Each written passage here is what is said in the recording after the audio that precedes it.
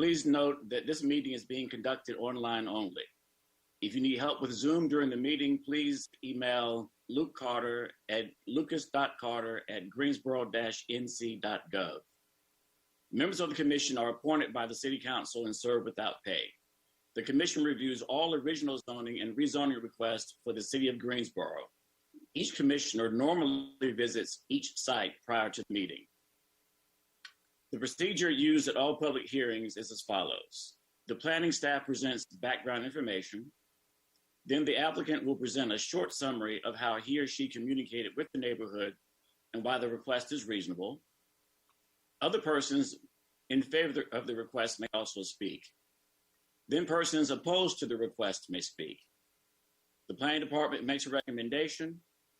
Any commission member may ask questions once a presenter has completed their presentation, and all commissioners are required to vote unless they have a conflict of interest.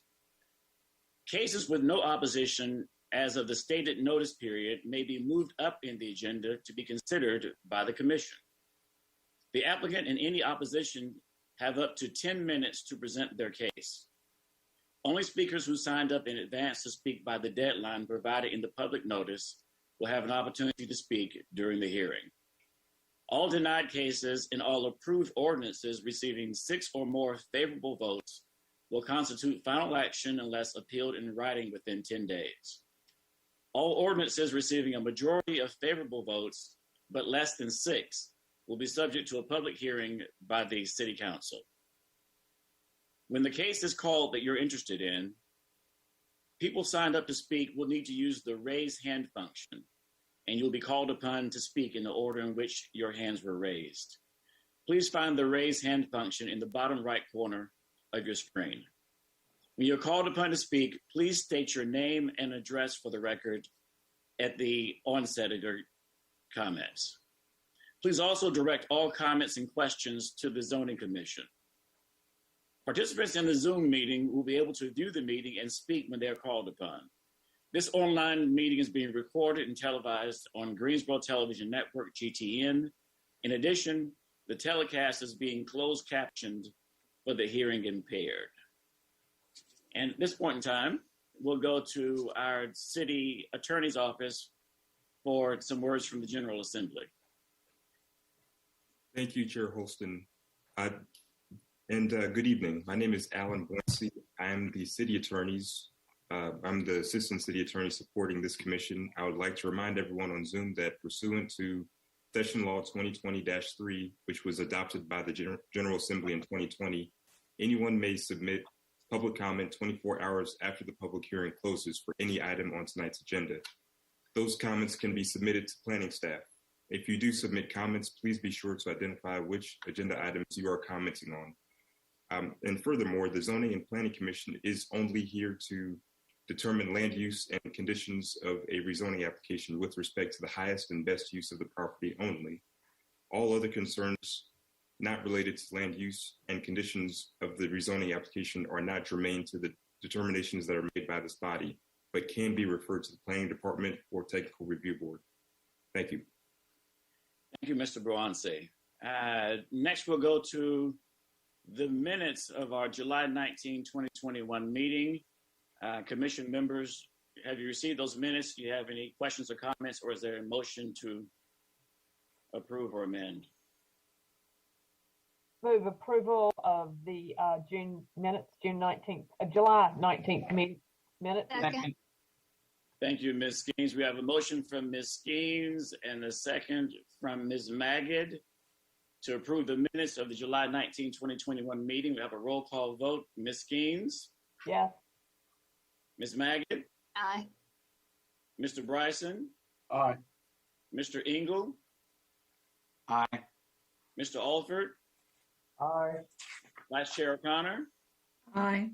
And I'm aye also. That motion passes 7-0 and the minutes are approved. Mr. Kirkman, do we have any withdrawals or continuance requests? Yes, we do have a couple items on the agenda that need to be addressed through this portion of the process.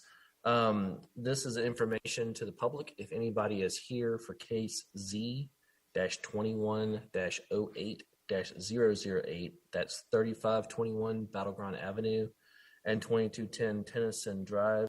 That request is not going to be heard this evening. There was an issue that came up related to their traffic study, so we don't effectively have a complete application at this point, and it cannot be heard this evening, and that item will automatically move on to the September agenda, and no action from the commission is needed. So if you are here for that request on Battleground Avenue, that item will not be heard this evening. Separately from that, we have a request to continue case Z-21-07007, which is 204 North Mendenhall Street. And that request is continued for 60 days to the October Zoning Commission meeting. I'm not sure if there's any speakers here for that or not. We have to ask. Is anyone here to speak for that? Do you have any speakers for 07-007, 204 North Mendenhall Street? I did not have anyone signed in to speak for that. Okay, so I want to speak in Vice Chair O'Connor. Mr. Chair, I move that we continue that item. Okay, we have a motion from Vice Chair O'Connor. Second. We have a second from Ms. Maggot to continue case 21-07-007 for 60 days. Roll call vote, Ms. Kings, Aye. Ms. Maggot, Aye. Mr. Bryson, Aye. Mr. Engel, Aye. Mr. Alford, Aye. Vice Chair O'Connor, Aye. and I'm an aye also. The motion passes 7-0, and that item is continued for 60 days. Ms. Kirkman? Yes, next, Chair Holston, there are 3 items on this evening's agenda that have no speakers signed up in opposition, and staff is recommending approval of all of those requests. Per the commission's policy, I'll ask the commission to move these items to the front of the agenda. The items that are on the agenda with no opposition are PLP 2125 and Z21-08003. That is for Carroll Avenue right-of-way. Another item that has no opposition is Z-21-08-005, 4215 Cox Place. And the third item without opposition is PLP 2126 and Z-21-08-006, 6124 Bedstone Drive. Do we have is this in bulk or individual? I would just recommend the commission take a vote to move all 3 items to the front of the agenda per your policy. All right. Is there a motion to move all 3 to the front of the agenda? You have a motion from Mr. Engel. Second. Second from Vice Chair O'Connor to move all 3 items up in the agenda. Roll call vote, Ms. Skeens, Aye. Ms. Maggot, Aye. Mr. Bryson, Aye. Mr. Engel, Aye. Mr. Alford, Aye. Vice Chair O'Connor, Aye. and I'm an aye also. That motion passes 7-0. We will move all 3 to the very top. Anything else before we begin? Those are the only agenda changes that we are aware of. All righty. And just one housekeeping note, if the meeting does last, or this section does last 2 hours or more, we'll probably take a 10 to 15 minute break. But with that, Mr. Kirkman, we'll get started. Yes, and Chair Holston, I'll get you to read the intro slide, and I'll get some Absolutely. very brief information. Items PLP 21-25 and Z 21-08-003, an annexation and original zoning from County RS 30 residential single family to City R5 residential single family 5 for the property identified as Carroll Avenue right-of-way, generally described as north of Carroll Avenue and west of Sumner Church Road, 1.6 acres. Mr. Kirkman. Yes, and so the request before the commission this evening is to annex and do original zoning for this public right-of-way here on Carroll Avenue. The purpose of the request is to ensure that there is a publicly maintained road to allow for further development of the single family to the north and to the west. As you can see on the zoning map, there was a previous zoning to CDR5, which is conditional district residential single family 5. To the north, to the west, further to the west is public institutional zoning. To the east is County RS 30 and Public Institutional, which is a church here to the south, and then R3 residential single family. I can answer any questions. Thank you, Mr. Kirkman. Is anyone wishing to speak in favor of this request? I don't Hearing believe we none, have seeing any. none. There's no one to speak in opposition to the request, so we can close the public hearing and have a recommendation. Right, and this will be a motion to recommend the annexation and then a motion to recommend the original zoning. Are you asking us to go ahead and start doing that, Mike? I believe that's what Chair Holston suggested, yes. Okay. I would move that we annex the property. Second. We have a motion from Mr. Engel to annex, a second from Ms. Magid to the motion. Roll call vote. Ms. Skeens, Aye. Ms. Magid, Aye. Mr. Bryson, Aye. Mr. Engel, Aye. Mr. Alford, Aye. Vice Chair O'Connor, Aye. and I'm an aye also.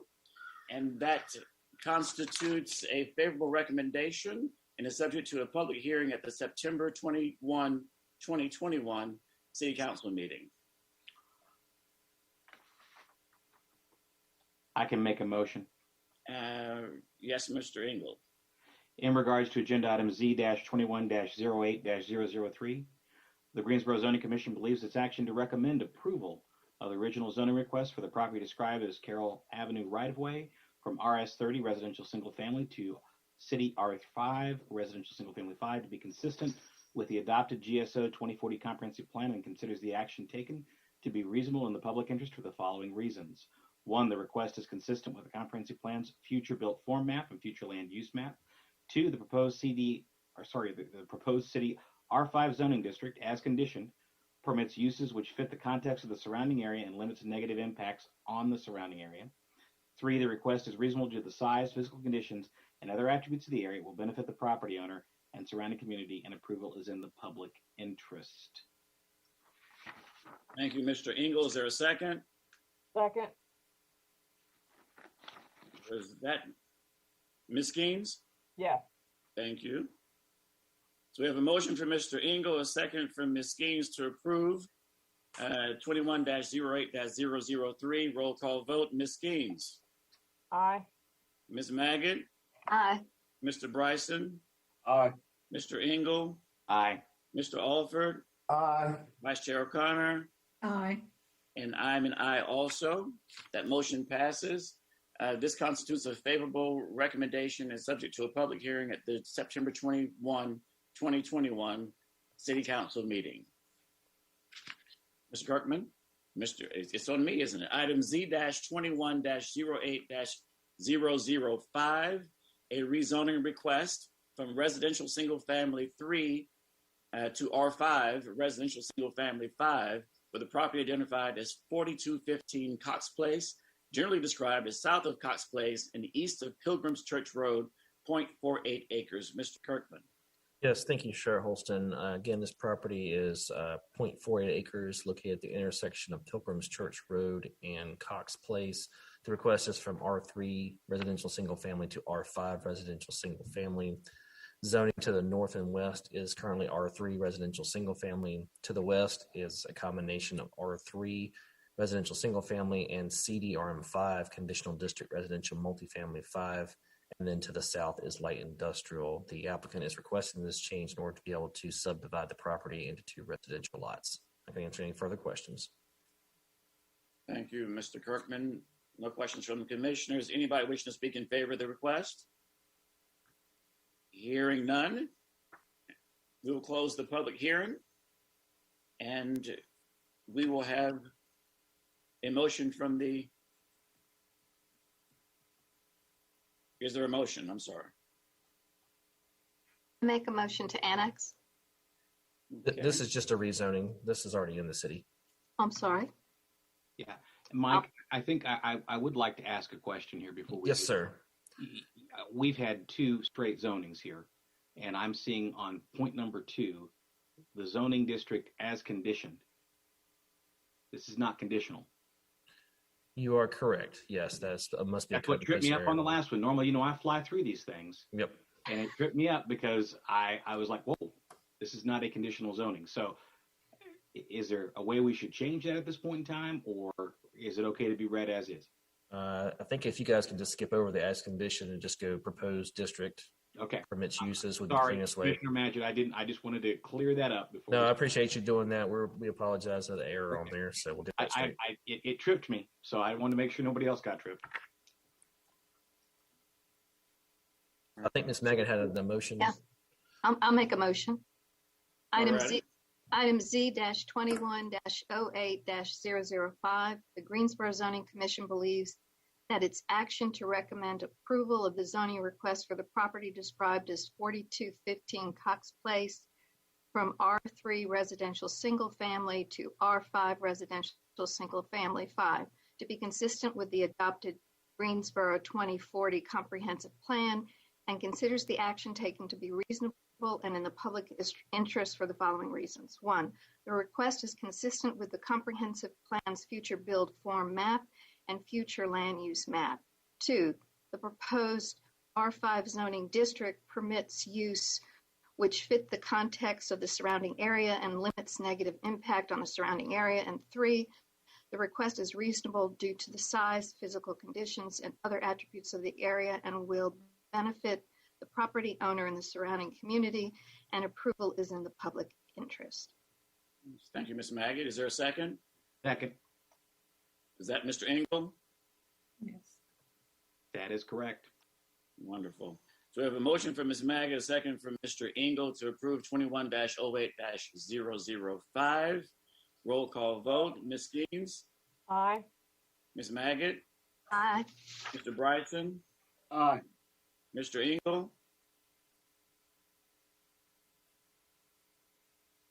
Aye. Mr. Engel? Mr. Alford? Aye. Vice Chair O'Connor? Aye. And I'm an aye also. That motion passes 7-0 and constitutes final action unless appealed in writing to the Planning Department within 10 days. Anyone may file such an appeal. All such appeals will be subject to a public hearing at the September 21, 2021 City Council meeting. All adjoining property owners will be notified of any such appeal. Thank you. And the third case, PLP 21-26 and Z-21-08-006, an annexation and original zoning request from County CZ RS3 residential single family to City R3 residential single family 3 for the property identified as 6124 Bedstone Drive, generally described as south of Trosper Road and east of Bedstone Drive, 0.3 acres. Mr. Kirkman. Yes, thank you, Chair Holston. So this property is currently zoned county residential single family as part of a larger subdivision. The lot is being developed as a single family dwelling and needs to connect to city services. So that is why they're requesting the annexation and zoning. The zoning in the surrounding area is a combination of county RS40 and county AG, which is single family agricultural to the north, as well as city CDRM5, which was just recently approved, and CDR5, which is residential single family. East of the request is zone county RS40, residential single family, and city CDRM5. South of the request is zone county CZRS3. West request is a combination of CZRS3 in the county and city CDR5. All of these are single family designations, and I can answer any questions.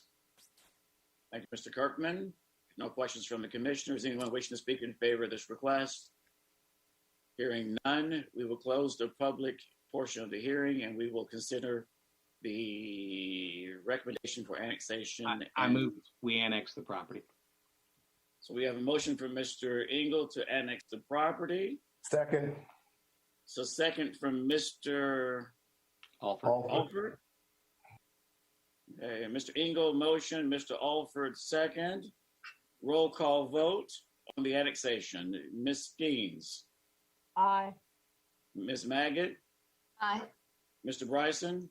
Aye. Mr. Engel. Aye. Mr. Alford. Aye. Vice Chair O'Connor. Aye. And I'm an I also. That motion passes 7-0 and constitutes a favorable recommendation and subject to a public hearing at the September 21, 2021 City Council meeting. Is there a motion on the original zoning? I can do that as well. Mr. Engel?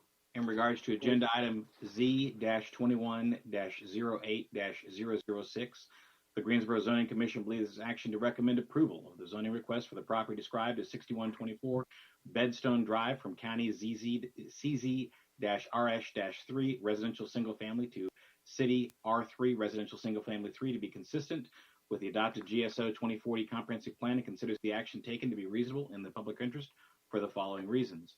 1, the request is consistent with the Comprehensive Plan's future built form map and future land use map. 2, the proposed City R3 zoning district permits uses which fit the context of the surrounding area and limits negative impact on the surrounding area. 3, the request is reasonable due to the size, physical conditions, and other attributes of the area. It will benefit the property owner and surrounding community, and approval is in the public interest. Thank you, Mr. Engel. Is there a second? Second. Was that Ms. O'Connor? Yes. Thank you, Mr. O'Connor. Motion by Mr. Engel, second by Mr. Engel, second by Ms. O'Connor on the 6124 Bedstone Drive. Roll call vote. Ms. Skeens. Aye. Ms. Maggot. Aye. Mr. Bryson. Aye. Mr. Engel. Aye. Mr. Alford. Aye. Vice Chair O'Connor. Aye. And I'm an I also. That motion passes 7-0 and constitutes a favorable recommendation and subject to a public hearing at the September 21, 2021 City Council meeting. Mr. Kirk. Yes, hang on one second. I gotta get back to the original slide here for the next case.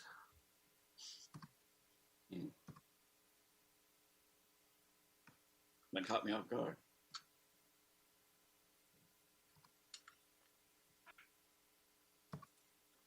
Having some technical difficulties here. Hang on one minute.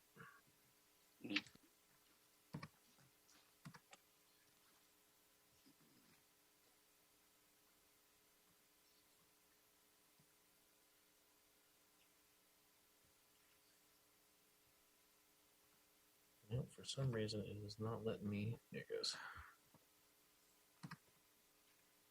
Okay, this is our next case. Alrighty then.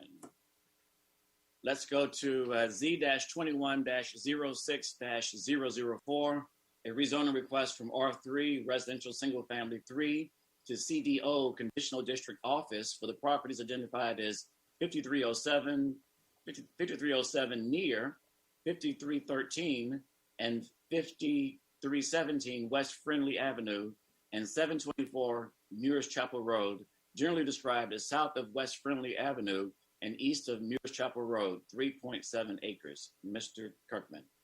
Yes, thank you, Chair Holston. Again, the subject properties collectively contain approximately 3.7 acres and are located south of West Friendly Avenue and east of Muirs Chapel Road. The request is a rezoning from R3 Residential Single Family to CDO Conditional District Office. North of the request is a combination of R3 Residential Single Family and CDO Conditional District Office. East and south of the request are zoned R3 Residential Single Family. West of the request is zoned RM12 Residential Multifamily and CDRM18 Conditional District Residential Multifamily. The subject properties currently contain single-family dwellings. North of the request are a combination of offices and single-family dwellings. East and south of the request are single-family dwellings. West of the request are multifamily dwellings and a city water tower. This is a view of the northwest portion of the subject parcel as seen from West Friendly Avenue. This is a view of the northern portion of the subject parcel, also as seen from West Friendly Avenue. And this is a view of the northeastern portion of the subject parcel, again, as seen from West Friendly Avenue. This is a view of the southwestern portion of the subject parcel, as seen from Muirs Chapel Road. This image shows a medical office use that's located northwest of the request, zone CDO. And this is another medical office use located north of the request, zone CDO. This is a daycare use located north of the request, zone CDO. This is a single-family dwelling located north of the request, zoned R3. And this is another single-family dwelling located north of the request, zoned R3. This is a single-family dwelling located east of the request, zoned R3. And this is another single-family dwelling located east of the request, also zoned R3. This is a single-family dwelling located south of the request, zoned R3. And this is another single-family dwelling located south of the request, zoned R3.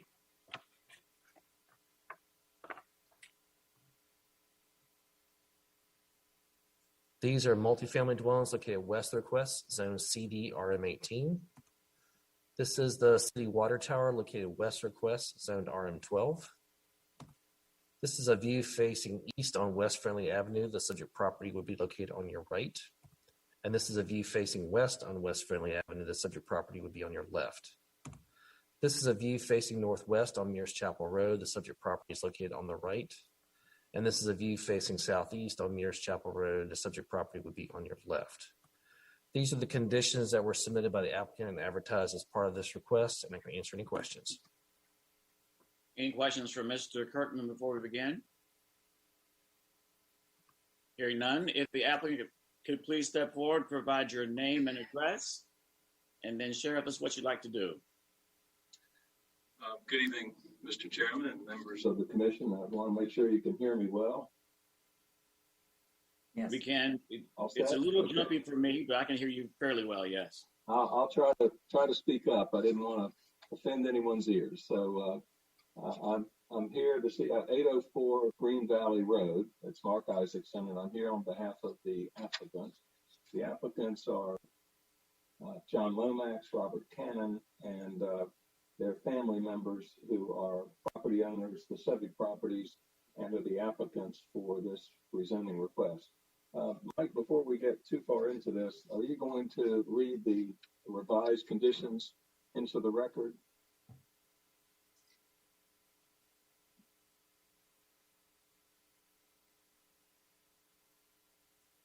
Let's see, can you all hear me okay? We have some. I can hear you, but I do not have revised conditions. Are those part of the application materials? Yes, well, okay. If you've got the first slide. Yeah, I'll try to pull that up then. Hang on one second.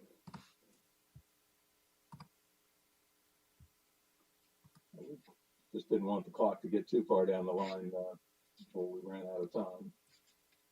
Okay, here we go. Like, if you'd like to, I think in the past you've read these into the record.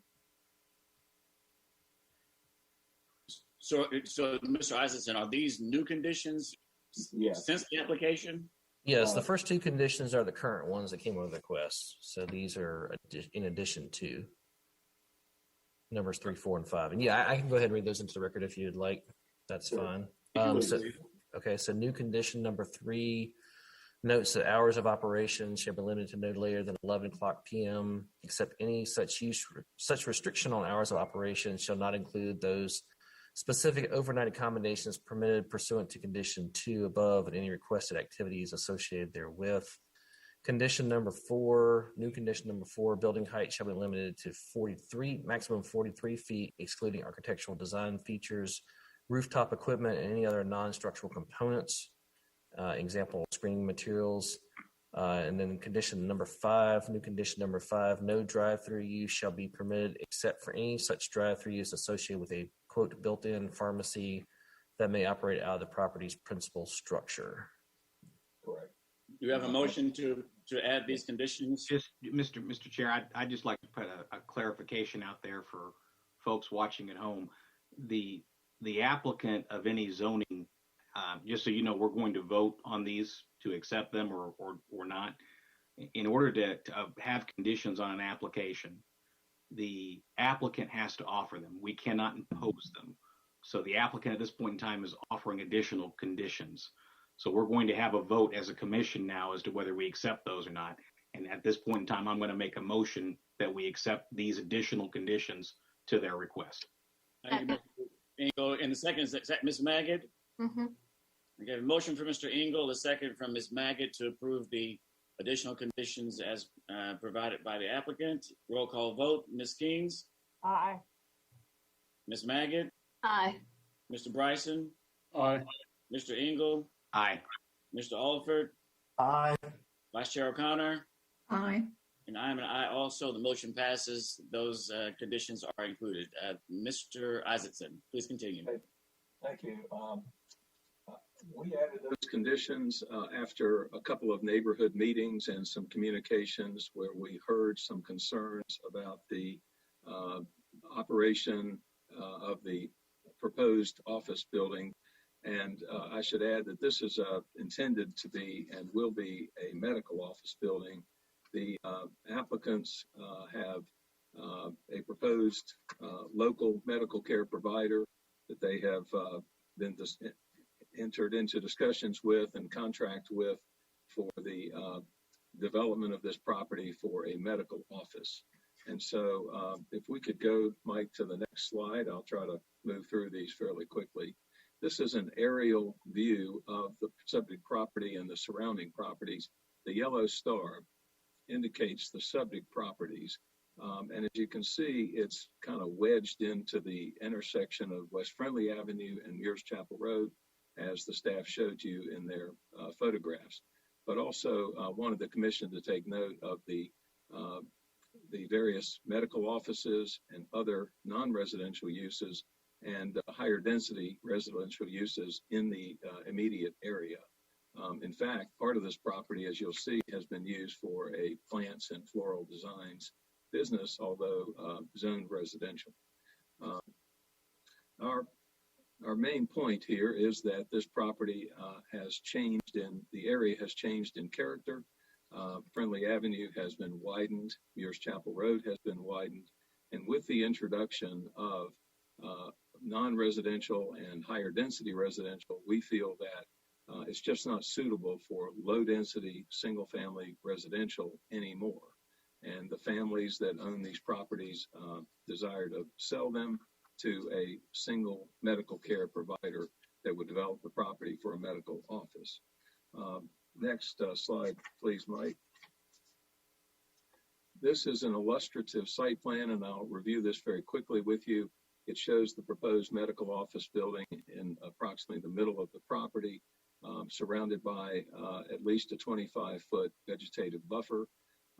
You'll see on the west side that there is a right-in, right-out only access point on Muirs Chapel Road and a median that will be installed by the developer. This is per our site plan review and traffic impact study with GDOT. As well, there is a full access movement on Friendly Avenue at the eastern edge of the property. And again, that is per GDOT's requirements after site plan review. So that is an illustrative site plan. You'll notice that even though it's zoned residential, the immediate to the south, that is really an office use that's going on there, noted as UMAR, UMAR. So there's a variety of uses in this area, and that is, of course, as the staff pointed out to the west, a tall water tower and Legacy at Friendly Manor apartments to the west of Muirs Chapel Road. Next slide, please, Mike. This is an illustrative elevation rendering of what the medical office building would look like. It's already been designed, and this is an architect's rendering. This would have a porte cochere for drop-off of patients and pickup. And as you would expect of a standard medical office that would operate Monday through Friday, hours approximately 8 to 5 during the day, during the week. The concept here, I might add, is I know this is not binding, but just so you'll have the background and context, the concept here by this medical care provider is to consolidate various physician and other specialist practices here in one building to make it easily accessible for patients and really to take medical care out into the community as medical care campuses have become busier and busier with what I would consider to be true hospital work. And so that's the purpose and intent of the rezoning. Mike, if you'll move to the next slide.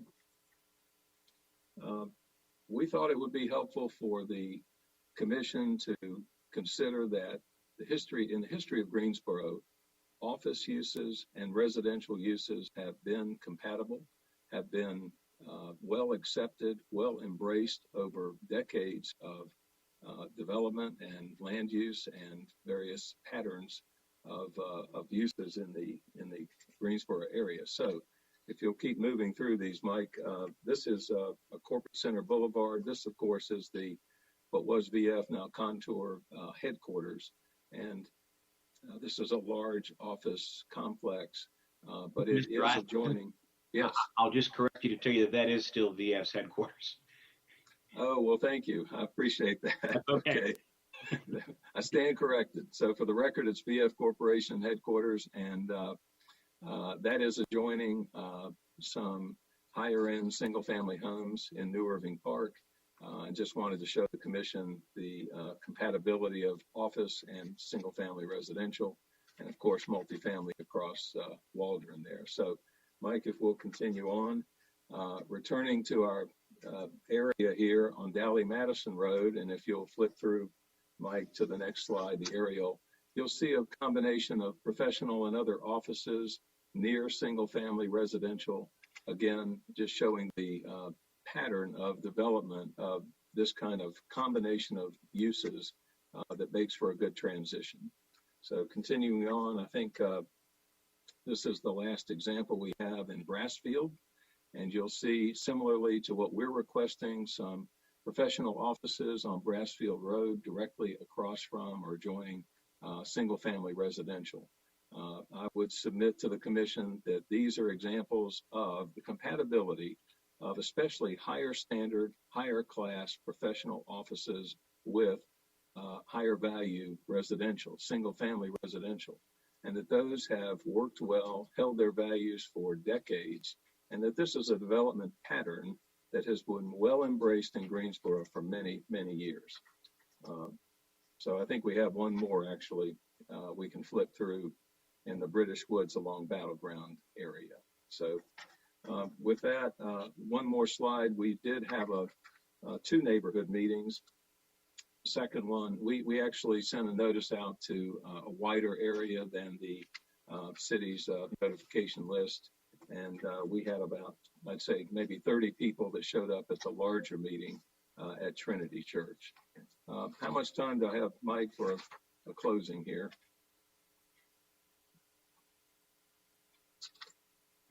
Looks like about 2.5 minutes. Okay. I will tell you that we have Reinald Stevenson from Ramey Kemp's firm on the line. He's our transportation engineer, along with a few others who are standing ready to answer questions if the commission has any about the property. Finally, I would suggest to the commission that the staff report and our materials highlight the development potential of these particular properties. The GSO 2040 plan designates this area as urban general, and pursuant to the plan, urban general is intended to provide opportunity for, quote, walkable mixed-use development on larger sites by creating more access from surrounding neighborhoods and increasing development intensity along existing corridors. Here, the applicant's proposed use meets all of those objectives by making the highest and best use of this underutilized property along one of the city's busiest thoroughfares and greatly improving access to healthcare in the surrounding area by bringing a state-of-the-art facility out into the community. The 2040 plan further states that new development and growth in urban general will be focused in activity centers. And one key characteristic of urban general is that new freestanding business areas are created within or adjoining existing activity centers. Now, these activity centers, according to the plan, arise organically from the interaction of people and activities at the crossroads of two or more corridors, and naturally have more than one point, direction, or mode of ingress and egress. So the boundary lines are not hard and fast under the plan. It's designed and intended to be flexible and intended to be updated from time to time as things change. So this area is within an activity center and along an urban corridor that the plan anticipates for an increase in walkable mixed-use development. The property is at a signalized intersection along one of the most heavily traveled thoroughfares in the city on the edge of an activity center and within a designated mixed-use corridor. As we saw, there are high-density multifamily apartments and commercial uses to the west, and the proposed medical office building here will mirror similar office uses across West Friendly Avenue to the north, and similar to other combinations of offices and single-family residential in all areas of the city, as we illustrated. The proposed medical office will— Mr. Isaacson, the time's up. Just wanted to let you know. That's slow talking on my part, so I apologize. In any event, we submit this for your consideration. Happy to answer any questions. Thank you. Commissioners, any questions for Mr. Isaacson? I have a question, Mr. Chair. Yes, Vice Chair Conlon. Mr. Isaacson, is there a historic property on this, and are there any restrictions about that historic property? Yes, thank you. There is a property.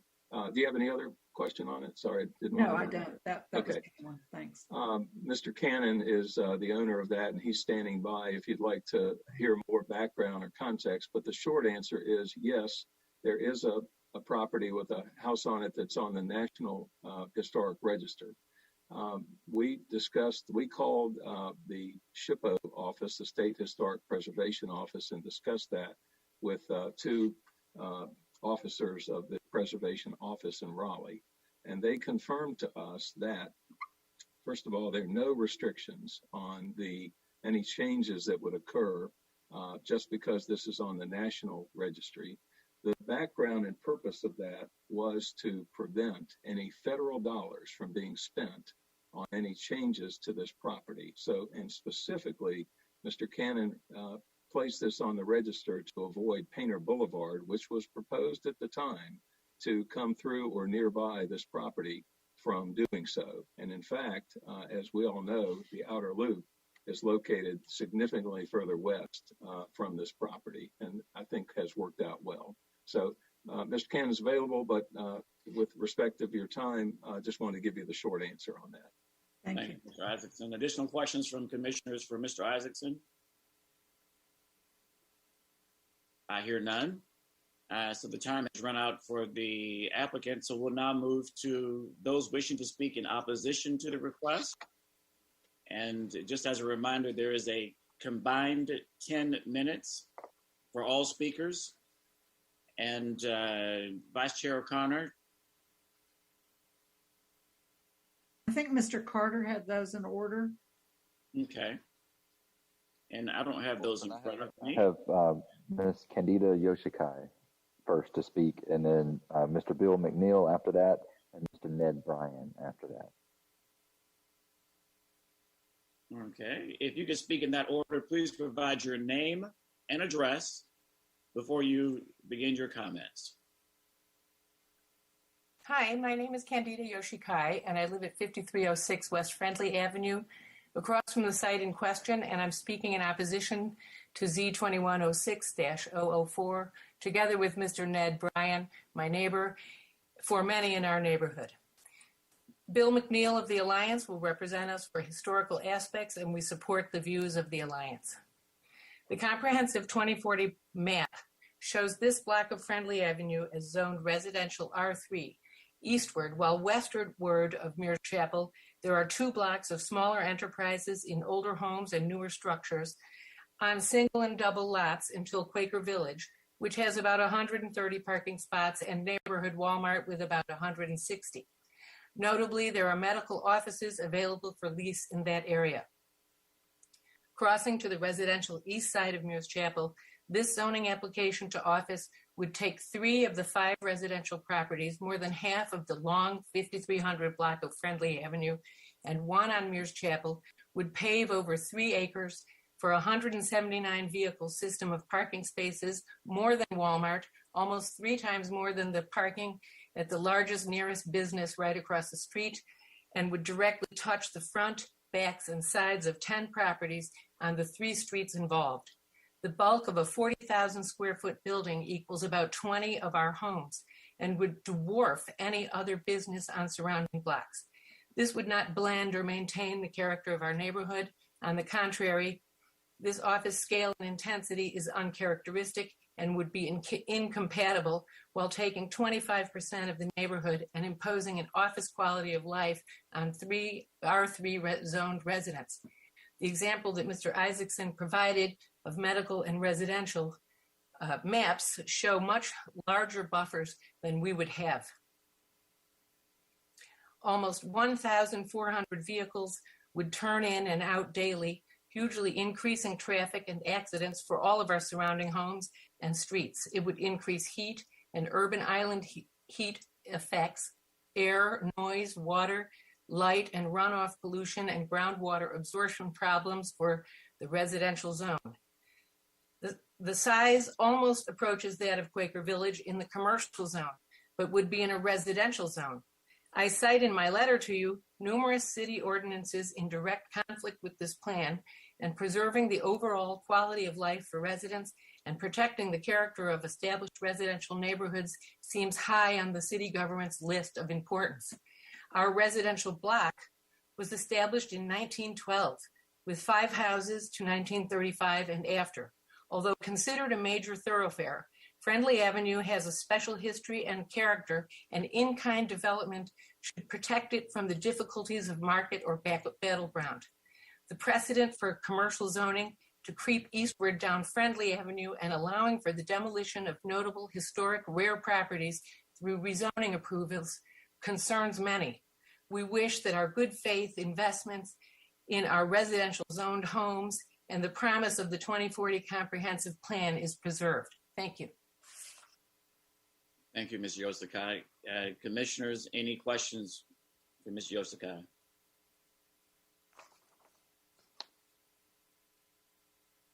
I hear none.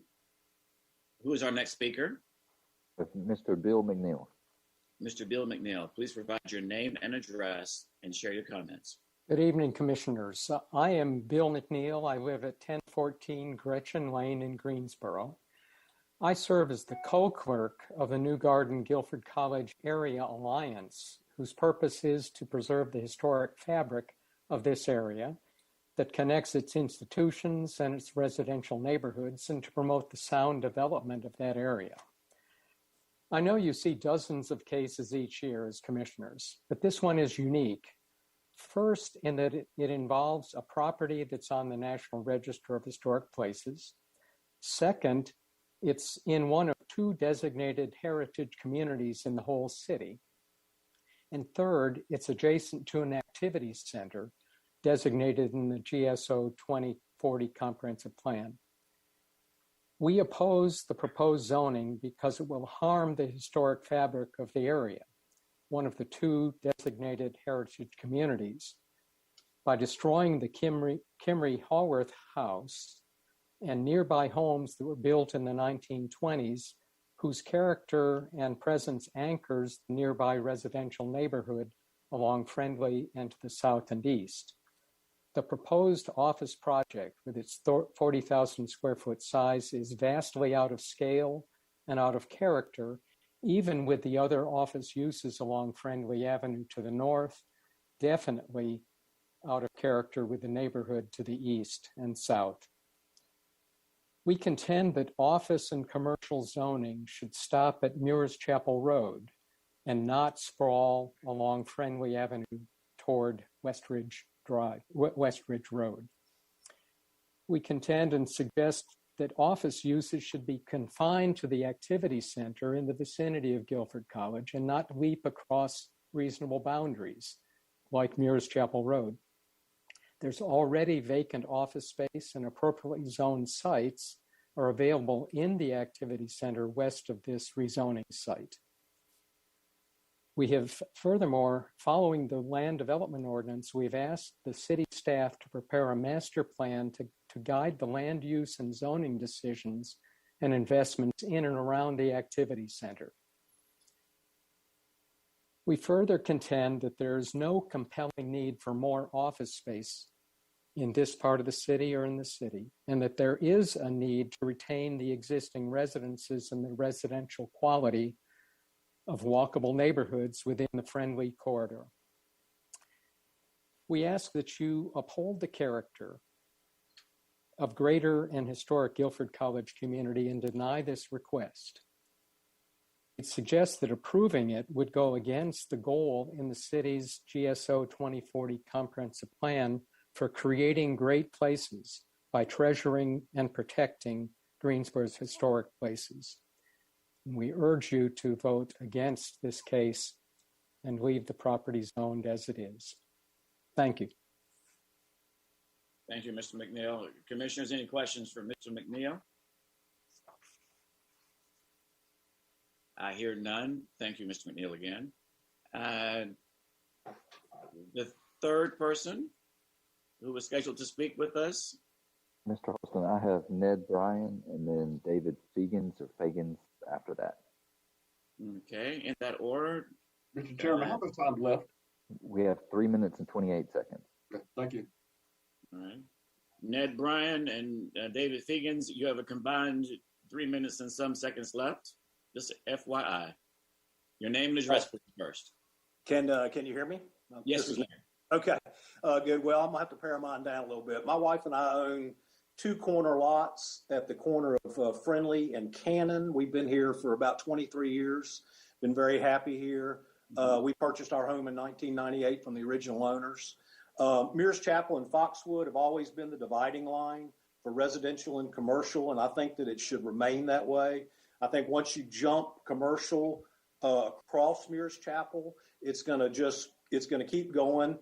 When I sell my house, if that end of the block is rezoned, then I'll have to list my house as commercial, and I just think it'll keep on going. The developers, John Lomax and Lawton Crowell, had an informational meeting with the neighbors on August the 3rd. Many folks shared great concern regarding the proposed development. I'm trying to pare this down in the essence of time here. They don't want to own residential property. I actually brought that up at the meeting. They said that we can't sell it as residential property, but if it made no effort to do so, what they want to do is to turn this into a commercial corner for their benefit. The sheer size and scope of the proposed development in our neighborhood is nothing less than disturbing. Approximately 25% of the landmass of our neighborhood will be leveled. And this construction project will go on for at least 2 years, and where we're going to have to put up with all the things that go along with construction, lulls and beepers and welding and hammering and banging and all that kind of stuff, all the trees gone on that corner and everything. So I ask you to consider that. I think our lives, the residential folks around here, their lives will be disrupted, and I just would like to have some consideration on that end.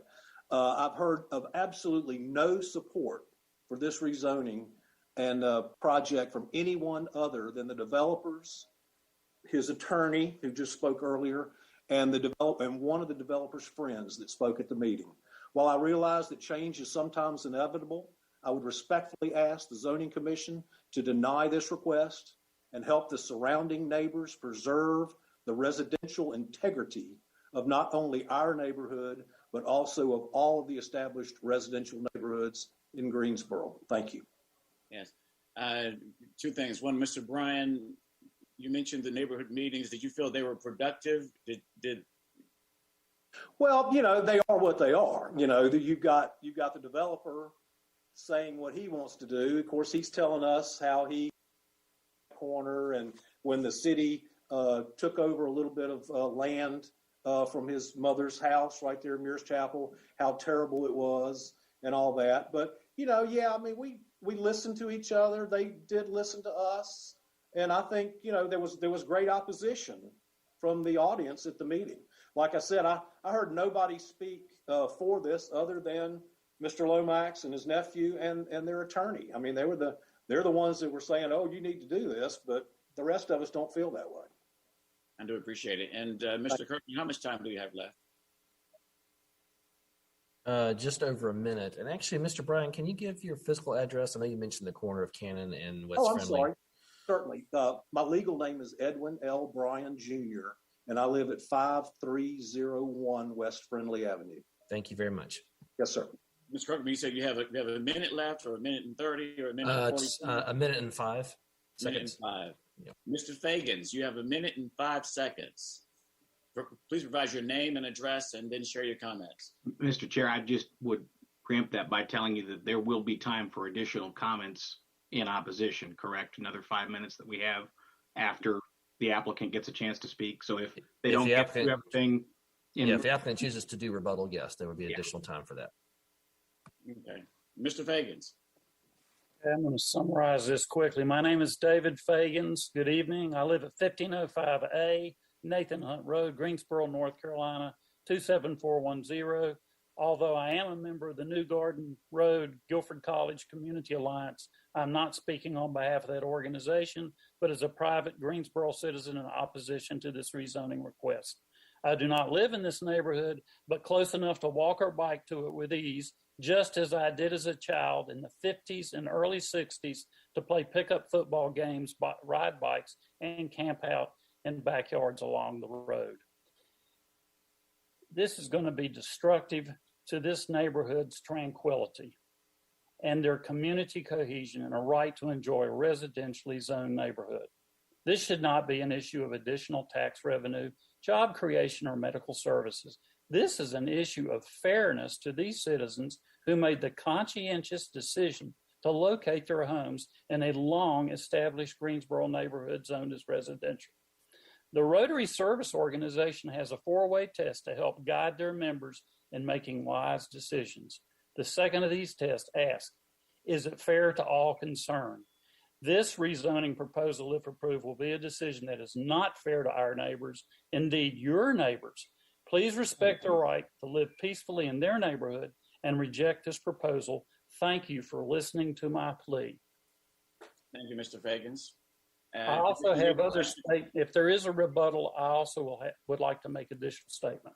Okay, thank you so much. Commissioners, any questions for Mr. Fagans based on his comments? I hear none. So with that, we'll move to the applicant. If you'd like to have a rebuttal period of up to 5 minutes. Yes, thank you, Mr. Chairman. Just to address a few points that were made. Mr. McNeil, who I have a great deal of respect for and have worked with, mentioned that this is unique. And I think that's an appropriate phrase here. It is unique. This is a 3.7 acre area that is sort of wedged in at the intersection of a signalized two thoroughfares, West Friendly Avenue and Muirs Chapel Road, that have grown in this city really significantly. And so you mentioned or asked, Mr. Chairman, if our neighborhood meeting was productive. I think it was, in the sense that we heard each other. We listened carefully. We added 3 conditions as a result of that meeting and other communications, which we think really fine-tuned this project. This is unique in another sense in that it is a consolidation of several different medical practices that will be, operated by or for the benefit of a hospital medical care provider. That is unique. The theory here, or the approach these days, is to take medical services out into the community. This is a unique opportunity, a unique property on which to do that. I realize that there's concern about the construction, about the development, about quality of life. I would point out to the commission that this project is really oriented toward Friendly Avenue. It is not oriented toward other residential areas. And yet, as we've seen, there are other situations in Greensboro. We're replete with other offices that are compatible with and have long existed near or next to or across the street from single-family residential properties. So it's easy to criticize a project, to say that it's going to be terrible, it's going to ruin our way of life and so forth. But I think that the commission, as it has in the past, needs to and should, under our ordinance and our state law, look at our plans, look at the facts on the ground, look at what's proposed, not the speculation and not just a theory about what might happen. We're keenly aware of the historic aspects of this property, but history changes and things change, and that affects the future. And this is really not about the next 5 or 10 years. This is about the next 50 to 100 years of this community and how medical services are to be effectively and efficiently delivered to the patients and the people in this community. This is walkable. This is near bus stops. It's been very carefully planned out by a very sophisticated organization, and I would hope that that would be taken into consideration by the commission. Happy to answer any questions, and our team is ready to address any questions the commission may have. Thank you, Mr. Isaacson. The commissioners, any questions for Mr. Isaacson? Mr. Chair, I have a question. Yes, sir. Mr. Isaacson, I noticed you have a 3D rendering, but do you have a rendering that shows to scale the buildings that are nearby so that we can actually see whether this is a big scale or not? That's the opposition is saying that this is magnified compared to what's around it. So do you have anything that's a little further out that shows to scale the other buildings nearby? Well, I think that our some of our slides and some of the staff's slides might help you with that information. We do have on, I don't know if Mike, you can go back to our illustrative site plan, which is slide 2. Yeah, one before that. There we go. Okay. So you'll see that the building is oriented toward Friendly Avenue. It has parking that's required by the city code, and it has a very healthy buffer all around the property. This will be well screened, including from Friendly Avenue, to make it as attractive as possible. And as you'll see in our conditions, it's 2 stories. Any residential property developed here, whether it be multifamily or single family, would be 2 stories as well. And so while the contention may be that it's out of scale, it's no higher than what a standard either townhome or apartment complex could be, or even single family could be, well, higher than 2-story under the code as permitted. I would go ahead. Well, I would just point out that in terms of scale, we have a 50 to 60 foot water tower across Mears Chapel Road, along with 3-story multifamily. To the south, there's an office use. It's zoned residential on the map, but it's an office use that, as you saw from the slides, the photographs the staff showed is higher than 1 story.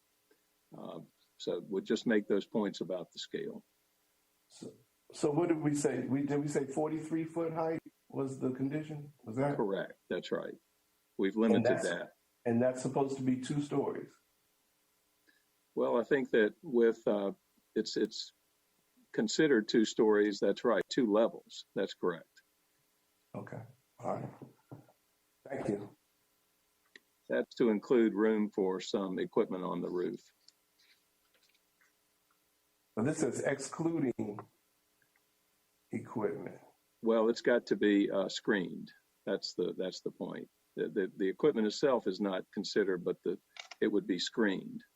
So that's the roof height is going to be, the roof height itself is going to be 43 feet, right? It's and the then maximum. Above that, you'll have the equipment. We could. That's correct. We're wanting to provide for that possibility according to the architect. But yes, the maximum height. Now we have a little wiggle room in here, but the maximum height is 43 feet. That's what we were advised by the architect. And so your floor-to-floor height is, what do you expect that to be in your building? Normally it might be 10 to 12 feet. What do you expect? On each floor? Yes, from floor, say from first floor, finished floor to second floor, finished floor. My understanding is that each of those would be approximately 15 feet. 15 feet because of the equipment? The medical equipment. That's right. Okay. Medical equipment, plumbing, electrical, other diagnostic equipment, lines, and so forth. Okay, so about 15 feet. Okay, thank you. Thank you, Mr. Alford. Additional questions from commissioners? How much time is left?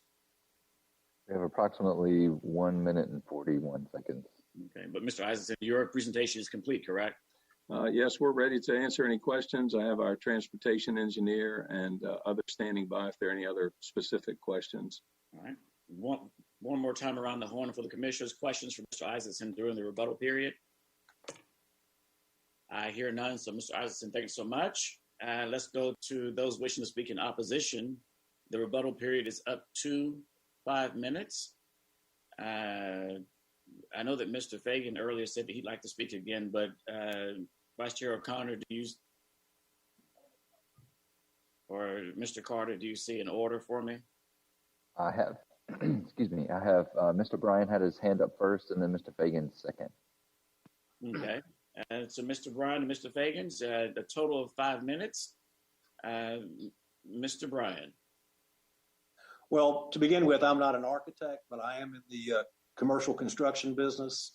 And for Mr. Isaacson to compare a 2-story medical office building with a 2-story townhouse is a falsehood. I mean, there's at least 15-foot floor to floor, slab to slab. And then you have to have room in between the floors for all the piping and the mechanical stuff that goes along with a medical office building. So this building is going to be 40-foot plus, HVAC equipment up on the roof. Okay, they put a little bit of screening on that, but I'm looking out my front window now, and I can see all of the residential properties across Friendly from me, and there's nothing that's anywhere near 43 feet in height. The sheer size and scope of this proposed development in our neighborhood is nothing less than disturbing. 25% of the land mass will be leveled. The proposal is for a 2-story, 40,000 square foot office building. There's nothing like that around here. The building of that magnitude will dwarf all other buildings in the area, including the commercial buildings to the west on Friendly. The structure will be clearly visible to all families in our neighborhood with a height of 40 vertical feet. From my patio, I assume that I'll be able to look directly into the back windows of this new building, and they'll be able to look into mine and my backyard. In addition to the structure, the proposal includes the parking lot of 179 cars. Okay, there's got to be some code about that, but that's immense. That's huge. That really is. I just don't see how this is compatible in a residential neighborhood. Yeah, we live on a busy street. I agree. Some people wouldn't find this appealing at all to them, but it's okay. I mean, this is where we live. This is where we've made our homes. These are our investments in the future. This is where we've raised our children. And I would just ask for some thoughtfulness to go into this. I just don't want the zoning commission to rubber stamp a development and just us having to move on. Thank you for your time. I appreciate it. Thank you, Mr. Bryan. Commissioners, any questions for Mr. Bryan?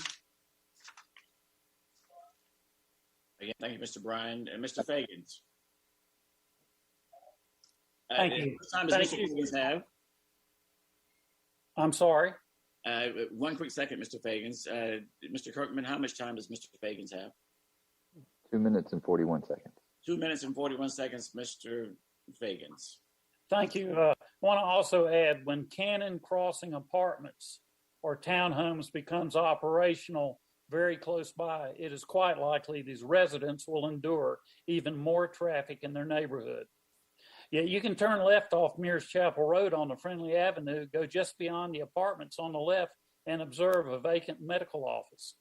Or you can drive a bit further west, go to left on Dolly Madison Road, and view 2 large contemporary office buildings on your right, both with large for sale signs, for lease signs posted on their property. One of those buildings used to house my doctor's office, and I was very interested in the comment about looking at the future. I think it would be interesting to go back and talk to the developers who created those 2 large office buildings and ask questions about the future in regards to the fact that now those 2 buildings are up for lease. I think we've got an activity zone that needs to be approached and assessed as a possible alternative to this project, which is going to be very intrusive on a well-established neighborhood. Thank you. Thank you, Mr. Fagans. Commissioners, any questions for Mr. Fagans? I hear none. Mr. Carter, there are no additional speakers.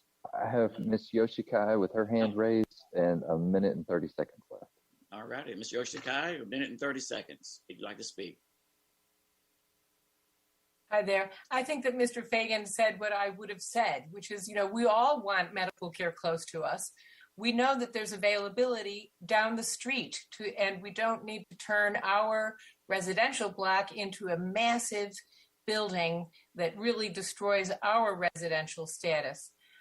When there's availability just a couple blocks to the west in the commercial zone. Thank you. Thank you, Ms. Yoshikai. Commissioners, any questions for Ms. Yoshikai? I hear none. So with that, we will close the public portion of our hearing. We will go to city staff for a recommendation. Then the commissioners will discuss the matter. Thank you, Chair Holston. The GSO 2040 comprehensive plan designates this site as a mixed-use urban corridor and in close proximity to a neighborhood-scaled activity center on the future built form map, as well as residential on the future land use map. The proposed CDO zoning district is generally consistent with the comprehensive plans, filling in our framework, big idea to encourage higher density mixed use, walkable infill development, and the growing economic competitiveness, big idea to build a prosperous, resilient economy that creates equitable opportunities to succeed. The proposed CDO zoning designation as condition does allow a mix of office and professional service uses, generally compatible with adjacent residential uses, and in close proximity to other office uses. Staff would note that care should be taken with respect to building orientation, materials height, and visual buffers to ensure appropriate transitions to the lower density residential uses on adjacent properties. Staff is recommending approval of the request. Thank you, Mr. Kirkman. Any questions, commissioners, for Mr. Kirkman or staff? Mr. Kirkman, just a quick question. Yes, sir. The building height restriction in R3 residential, what is that? So in R3 residential, you can develop up to 50 feet in height and 3 stories. Okay, that's what I thought. Okay. Additional comments from commissioners? I have some comments, but I'm happy to let somebody else start if they want to. Thank you, Mr. Engel. I'll go. Thank you, Ms. Gaines. This was a toughie, no doubt. And as most of you know, I was a realtor in Greensboro for 35 years. I listed, and I sold houses on Cannon, Lipscomb, Ellenwood, and Foxwood.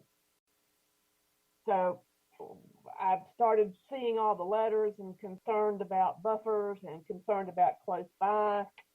So I spent some time in neighborhood plat. I went to GIS. I looked at lot depth. And I want to really talk about Foxwood. The people on the houses on Foxwood that back up to the commercial on Friendly. Those are very shallow lots. The average, those lots are only 150 to 160 feet deep, with the average lot depth being 155 feet. And what you don't realize from Friendly, but I realized because I sold houses and was in those backyards, land slopes down from Friendly to Foxwood. So the people on Foxwood are sitting on a 155-foot lot with 2 stories on the backside. 1 story on Friendly, it's 2 stories on the backside that's towering over the backyard. It has an effect their saleability. It has an effect their desirability. As a matter of fact, within the last few years, there was a new house built on Foxwood that's the tax value on it $603,000. So the values have held very well on Foxwood in a similar situation. I then moved over to Cannon, and again, GIS measurements. The lots that are backing up to this proposed building are anywhere from 237 to 250 feet in depth. average being 245 feet. So the houses on Cannon have an additional 90 feet of buffer depth before the property that this facility is going to be built in even begins. And as Mr. Kirkman just mentioned, a lot of the letters were saying it needs to stay residential, it needs to stay residential. Well, let's look at what it could be. It could be a house that is going to be 7 feet taller than this building is being proposed for. Change is tough. I realize that. People don't like change, but residential single family days are kind of over for that little strip, in my opinion. You look at the National Register report on the house, it describes it as a heavily traveled east-west thoroughfare in Greensboro, in which commercial and institutional developments are interspersed with residential. I think that says it. This is a mixed-use area and has been for a number of years. And yes, there's plenty of vacant medical in the area, but they ain't 40,000 square feet under one roof, which is what is trying to be achieved here from a convenience, to have multiple doctors or multiple practices, if you will, under one roof. It's a convenience factor for patients and as well as the doctors. So unfortunately, there is not a 40,000 square foot building equipped for medical in this area, and it's been identified as an area of need. As I said, this is a toughie, but I think factoring in everything that's around it and what is sold, I'm going to be supporting the request. Thank you, Ms. Gaines. I will add by saying that this was also difficult for me. One of the first jobs I had in Greensboro was for Guilford College, and I met a gentleman there at the time in his 90s who had grown up off Stagecoach Road by the name of Seth Macon, and had lived in that area all his life. He and his wife had spent years on Jefferson, and then had spent their final years at friends' homes. Listening to his stories about that area, when it was the Coble Farm, when he had his family farm up on Stagecoach, and then the Jefferson Country Club, where we know the New Garden shopping area is now, and the swimming hole that they all had. I mean, it is an area that has changed. You know, looking at this, when I look at a case, I have to kind of make a decision as I'm looking at it to say, you know, is this an area that is ready for more density, and is it happening at the right sort of pattern and time? You've got a 5-lane intersection and a 4-lane intersection, signalized, and a water tower, and an apartment complex. And the only thing I can say to the neighbors, I drove down Cannon, I saw that they had. I feel you. I lived on Latham Road. I know what cut through traffic is like. I saw that y'all had painted the slow, the 25s down there. Saw that. We as a city, I will say this, our sister cities in Raleigh and Charlotte have traffic calming initiatives. You know, I would urge you to work with your council representatives to get funding for these things, to work with GDOT on it, because there are things that can be done in areas of high cut through to slow people down. But I do not believe that the office use that they're putting in there would be the highest intensity as far as traffic is concerned. Because to me, if this is denied tonight and it does come back, it's going to come back as multifamily. It would be residential, but it would be multifamily. I cannot save these homes. My wife and I took her out at 7:00 last Wednesday night, and we walked on the sidewalk there. And what I noticed more than anything else is that you could tell the houses had not been close to the street. The street had come closer to the homes. And I think that to me spoke a lot. I saw the sloping, as you come down. To me, I think the issue that really struck me there is that as I looked at the zoning surrounding it, you had the first office use that was rezoned in the 80s. Another one, the last update was done in the 90s on that office use.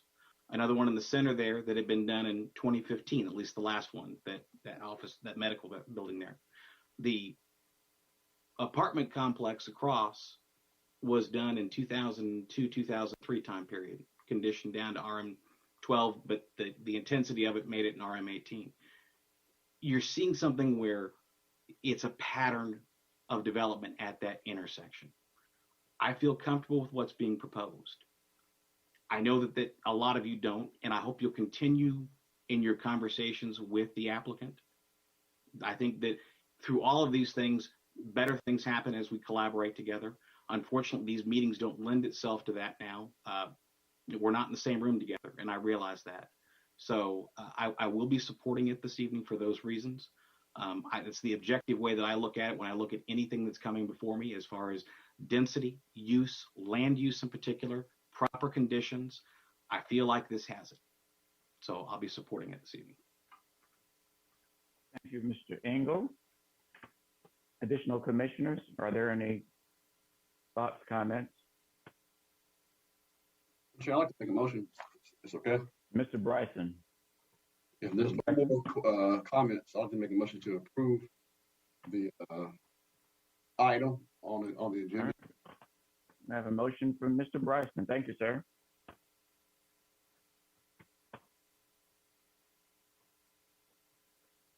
All you, sir. All right. Z-21-006-004. The Greensboro Zoning Commission believes that it's action to recommend approval of the zoning request for the property described as 5307, 5307 near 5313, 5317 West Friendly Avenue, and 724 Muirs Chapel Road from R3 Residential Single Family 3 to CDO Conditional District Office to be consistent with the adopted GSO 2040 comprehensive plan, and considers the action taken to be reasonable and in the public interest for the following reasons. The request is consistent with the comprehensive plan's future built format and future land use map. The proposed CDO zoning district as condition limits negative impacts on the surrounding area and permits uses which also fit the context of surrounding area. The request is reasonable due to the size, physical conditions, and other attributes of the area. It will benefit the property owner and surrounding community, and approval is in the public interest. Thank you, Mr. Bryson. Second. It's a second from Ms. Magid. We have a motion from Mr. Bryson, a second from Ms. Magid on the properties at West Friendly Avenue and Muirs Chapel Road. Roll call vote. Ms. Gaines. Ms. Magid. Aye. Mr. Bryson. Aye. Mr. Engel. Aye. Mr. Alford. Aye. Ms. O'Connor. Aye. And I'm an aye also. This approval constitutes final action unless appealed in writing to the planning department within 10 days. Anyone may file such an appeal. All such appeals will be subject to a public hearing at the September 21, 2021 City Council meeting. All adjoining property owners will be notified of any such appeal. I want to thank everybody for their comments and feedback today during this case. Thank you. Our next case is item Z-21-08-002, a rezoning from R3 Residential Single Family 3 and CDRM 12 Conditional District Residential Multifamily 12 to PUD Planned Unit Development and Unified Development Plan for the property identified as 3721 South Elm Eugene Street and 111 Vivian Lane, generally described as east of South Elm Eugene Street and north of Vivian Lane, 13.06 acres. Mr. Kirkman. Yes, thank you, Chair Holston. Again, the request is to go from R3 Residential Single Family and CDRM 12 Conditional District Residential Multifamily 12 to Planned Unit Development. North of the request is zoned combination of R3 Residential Single Family and CDRM 12 Conditional District Residential Multifamily. East of the request is zoned County AG. South of the request is zoned City, CDCH, Conditional District Commercial High. West request is Zone City R5, Residential Single Family. The subject property contains single-family dwellings and undeveloped land. North of the request is a single-family dwelling as well as multifamily dwellings. East and west of the request are single-family dwellings, and south of the request is a shopping center and undeveloped land. This is a view of the western portion of the subject parcel as seen from South Elm Eugene Street. This is a view of the southern portion of the subject parcel as seen from Vivian Lane. And this is the southeastern portion of the subject parcel also as seen from Vivian Lane. This is a single-family dwelling located east of request, Zone County AG. This is a manufactured home park located north of request, Zone CD RM12. This is another single-family dwelling located east of request, Zone County AG. This is undeveloped land located south of request, Zone CDCH. These are single-family dwellings located west of request, zoned R5. And this is another single-family dwelling also located west of request, zoned R3. This is a view facing north on South Elm Eugene Street. Subject property is on the right. This is a view facing south on South Elm Eugene Street. The subject property is on your left. This is a view facing east on Vivian Lane. The subject property would be on your left.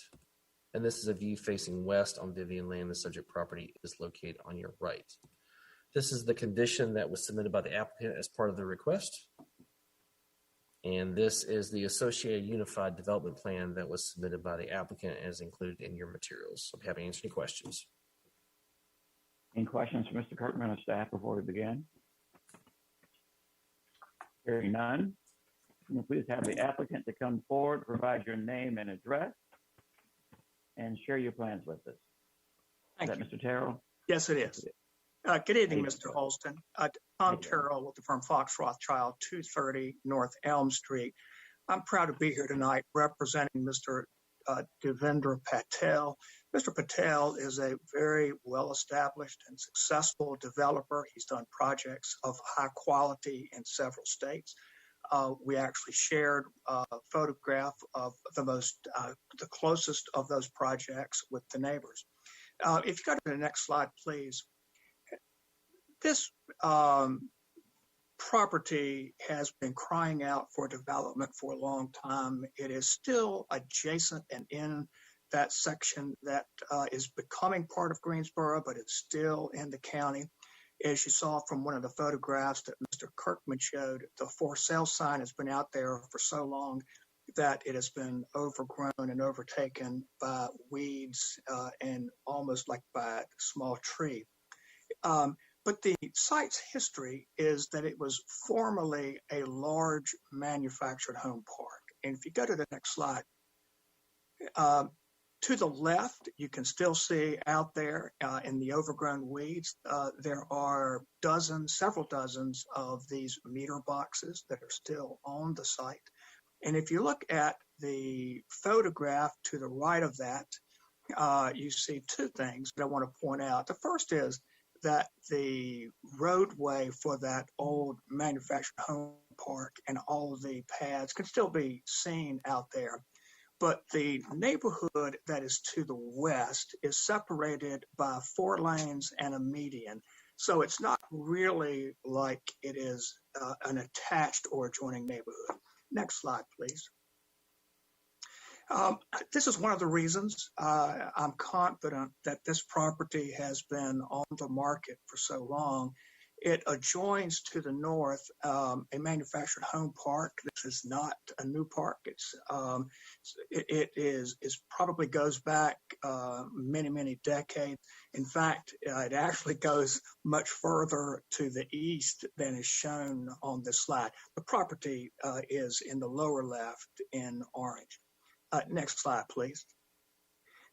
You saw some photos from Mr. Kirkman. This again shows you that this is the age of the manufactured homes up there. I think it's interesting to point out, though, that if the single-family homes across the street were in existence and then somebody came along and said they wanted to put in this manufactured home park, people would go berserk. They would not like this. You'd have letters galore.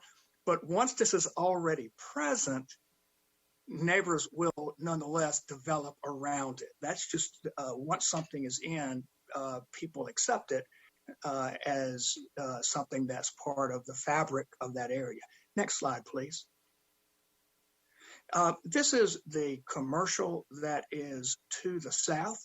And this is why what you saw in that Unified Development Plan, that is why this project actually is very, very good transitional zoning, because it has commercial to the south, which is adjacent to the commercial that is south of that. And then it has multifamily in the northern part adjacent to the manufactured home part. Next slide, please. There is a little bit of land that is between this property and the commercial, but it's bisected by local power lines and these regional transmission lines, as well as a creek. If it does ever develop, it would be for something probably on a small lot. Next slide, please. This is a very good global picture of what this site is. It is very close to Lowe's, very close to Walmart, very close to the intersection at Interstate 85. And there's a lot of land to the east and the southeast of this that has the potential to grow. And I'm sure that over time it is going to grow, and it will grow consistent with the high quality development that is proposed for this right here. Next slide, please. I want to talk briefly about the letters to the neighbors. First of all, Greensboro has, I don't know if you know this, Greensboro has a very strict requirement. It's 600 feet. Most places in North Carolina only require that you notify adjacent or adjoining properties. We sent letters. It was a 3-page letter. It included a photograph of a project that Mr. Patel had done. It's a convenience store at McConnell Road and I-85. That convenience store is made of dark brick, stucco, and stone. Inside that convenience store, you actually have workstations with USB ports where people can sit down and do work.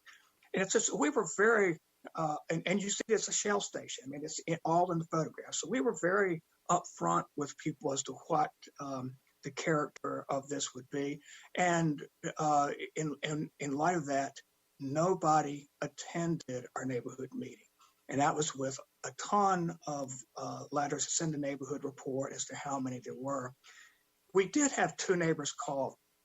And you may know from past hearings, I always give citizens my personal cell phone or perhaps my office phone direct number. In this case, I gave them my cell phone. I said, if you have a question or an issue, you call me. I gave them my email. Nobody wrote me by email. I had, prior to the neighborhood report filing, only one person. He's actually a developer who owns some property nearby.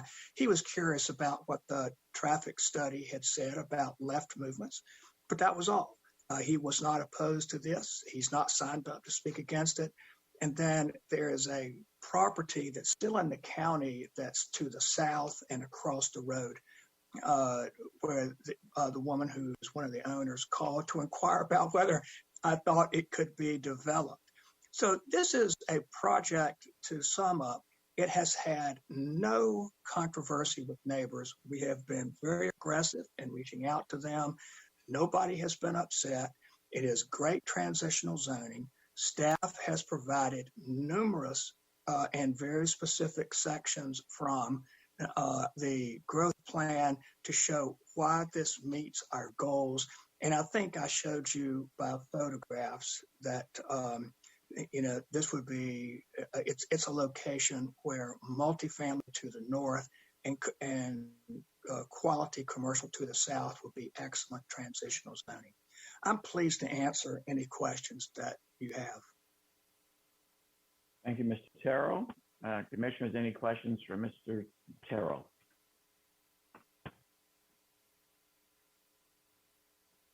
I hear none, Mr. Terrell.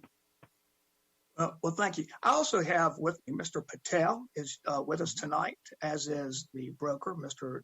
John Bryant. Garrett Neal with Davis Martin Powell is with us, and also Ryan Stevenson with the traffic engineering firm Ramey Kemp. Thank you so very much. How much time is left? 2 minutes and 27 seconds.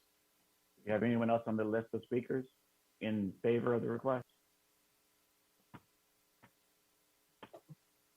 Unless anyone that Mr. Terrell just listed wants to speak, we do not. They're here to answer questions. They have a lot of information, but they will wait until there's a question to be answered. All right, do appreciate that. So in that case, then we'll move on to those wishing to speak in opposition to the request. Please provide your name and address, and then your comment. I have Ms. McIver first. Ms. McIver? Yes, please provide your name and address, please. Yes, Sean McIver, 404 West Mike Castle Drive, Greensboro, North Carolina, of course. I am a member of the Woodley and the Southeast Greensboro Associations. We collectively vehemently oppose the rezoning request presented here today. We oppose the 8 pumps, 16 stations, and 168 apartment units. The current zoning is sufficient for the GSO 2040 plan and warrants no changes. The proposed gas station and apartment development does not align with the character of our neighborhoods. I saw the visuals for everything but the single family neighborhoods that are also surrounding that property. It does not align with the character of a neighborhood. It adds to the food insecurities that are already in this area, and it destroys the environment and green space necessary for the area wildlife and the natural springs that run through that area. In fact, I ask you to consider area GSO 2040, creating great places. Goal A, strategy 1, protect and enhance the unique character of every neighborhood. There is a better use for that area, such as a natural reserve or a Greenway Park area that is not in this area of Southeast Greensboro. I also ask if a site plan has been done and has that been shared with the community. If not, I ask that it be shared before any final rezoning is considered. Additionally, I would also like to say that I'm not sure how many, he said tons of letters went out. What is tons? I'm not aware of any community meeting. I would like to know when the date that meeting was scheduled and where was it scheduled, please. Thank you, Chairman and Commissioners, and I yield to other speakers that may be in opposition. Thank you, Ms. McIver. Any questions for Ms. McIver from the commissioners? All righty, thanks so much. Are there any additional speakers? Charleston, could I just get the name of the Ms. McIver? I'm assuming it's the neighborhood association that you're representing tonight. Could you give me that name again? Well, I represent myself as 404 West Mont Council Drive, but I am a member of the Woodley Association and also the Southeast Coalition. Are they opposing this, or are you just opposing? Yes. It? Okay. Yes, so, we are all opposing. I'm writing down notes, so just give me the names if you wouldn't mind. The Woodley Association. Mm-hmm. Okay. And Southeast Coalition. Okay, thank you. You're welcome. Thank you for the ask. Additional questions for Ms. McIver? Anyone else wishing to speak in opposition to the request?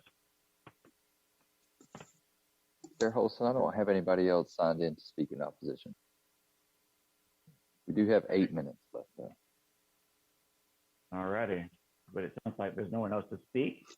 So, am I able to get answers to the questions that I asked as far as with the 8 minutes allowed from the developer?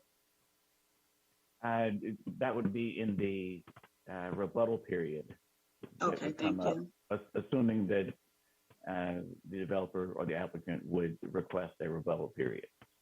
Well, since I still have 8 minutes, I'd just like to say that, the scale of this, it doesn't even take into consideration some of the rezoning that the commission has already approved for such large developments in this area that haven't even started building yet. And so you may see one thing, but that doesn't mean that something else has not already been approved in the area. Thank you. To that question, to Mr. Kirkman and staff, so with the zoning as it is, if they were to just take the zoning as it is, I think as Ms. McIver said, what number of units could they put up currently without this zoning change request, rezoning request?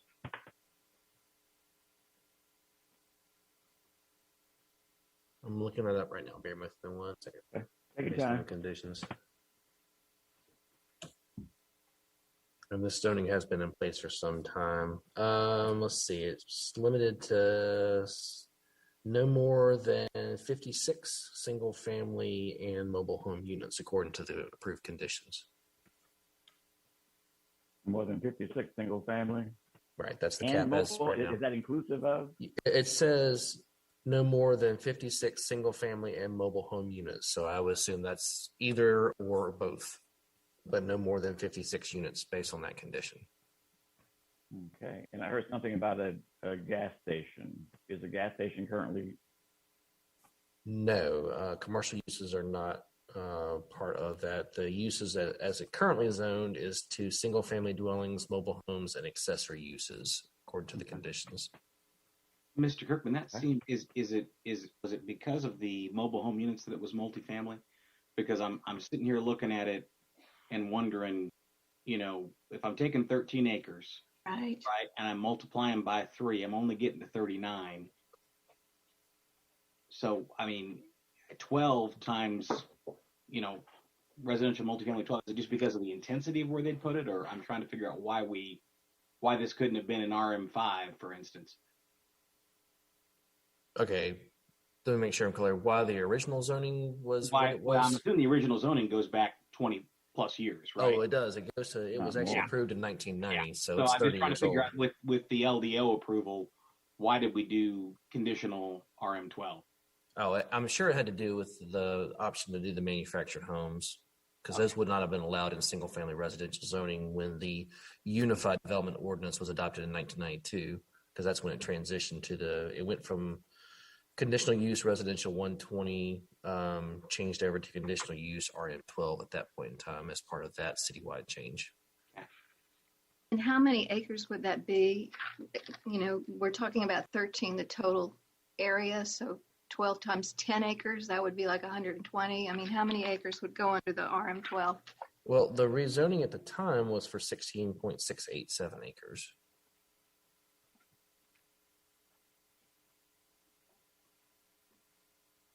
Do we have any site drawings? We may end up getting those from Mr. Carroll during rebuttal, unless Mr. Kirkman has them or staff has them. The staff have to have the UDP. The UDP is going to lay out dimensional standards. It's not going to show exact building layouts and other things on there. So if that's what you're looking for, we don't have that information. I don't know that Mr. Carroll has that as well, but he can speak to that in rebuttal. Yeah.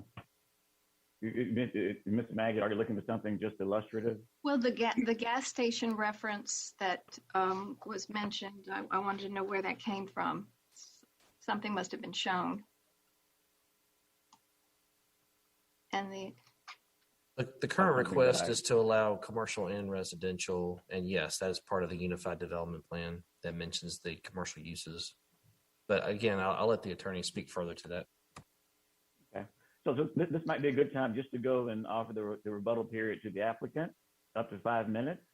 So, Mr. Chair, this is Councilwoman Hightower. I'm listening. Are you speaking in opposition? But I signed up to speak. Yeah. I do have a question. One quick second first. So we'll not transition to the rebuttal. We'll stay in the opposition. How much time did the opposition have left? You have 7 minutes and 31 seconds. 7 minutes and 31 seconds.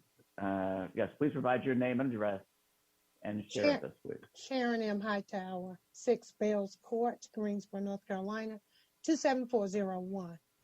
I am curious to know if I'm asked, when was a community meeting held and how did that notification go out to, I believe it was 56 notifications that originally went out in the 600 feet area. And so I'm interested to know, because Ms. McKeever lives in Woodley, which is just about maybe a block or two away. And some of the addresses on that sheet are encompassed in Woodley. So I'm very interested in knowing how that notification was sent out or when was that meeting. Thank you. Right. Is that your only statement? Just that question? Yeah, that's okay. Yeah. Okay. Yes. All right. Notwithstanding, since we're still in the opposition period, notwithstanding, there are a lot of Hispanics in this area, and I'm just curious: was there a letter in Spanish that also went out? I would turn to city staff. Are we translating those messages into different languages? Is that a part of the state statute? Is that something that we've done, Mr. Kirkman or Mr. Carter? Our standard notification is not translated into other languages. We offer the option to translate it if we're aware that someone needs that information, but it is not mailed out in that format. Thank you. And Ms. Hightower had a question, and so if without additional comments from the opposition during their standard 10-minute period, we'll move that time over to, or we'll move over to the rebuttal for the applicant, up to 5 minutes. Mr. Carroll, I think there's some questions about gas stations, illustrative drawings, Yes. and notice. Let me see if I can cover all the things raised very quickly. First of all, the meeting was held on June the 3rd. The letter that went out was a couple of weeks prior to that. It went to everybody within 600 feet. I just looked up, I thought I heard Ms. McIver say that she lives at 404 West Montcastle. That's approximately a mile away. It was definitely not within 600 feet. So that would explain why she would not have received it. But everybody else who owns property within 600 feet would have received that letter. Regarding the gas station and in the images, we wanted to be very upfront and transparent, is that this would be a convenience store, but one of high quality. That's what Mr. Patel does. And as I said earlier, his store that's at McConnell Road and 85 for everyone to see is dark brick, stucco, and stone. It is not a metal fabricated building by any stretch of imagination, and it has workstations in it that you never see typically in a convenience store. On the issue of scale, this building would be smaller than just about all, if not all, of the commercial that is to the south. It would not be any taller than a home could be for that site. Regarding streams and the wildlife, there are laws that you have to abide by to protect streams. There is a north-south stream that makes the site very difficult to develop. This is one of the reasons why it was on the market for so long. But you have to keep a 50-foot buffer because that's state statute. With respect to the wildlife, all I can say is it used to be a trailer park, but it is now, it probably does have some wildlife in it. But it's not fair to the developer for someone who lives in a subdivision that is developed, that took up and cleared trees and moved wildlife from its spot, to say the next development cannot do that. On the issue of opposing apartments, if you go north from the site up South Elm, there is a constant rhythm of multifamily and single family adjacent to each other. It is very typical as you go up that corridor. It does not align with the character. It will be, as attractive, if not more so, than the Verizon building that you saw. And I only refer you to the manufactured home park that is to the north.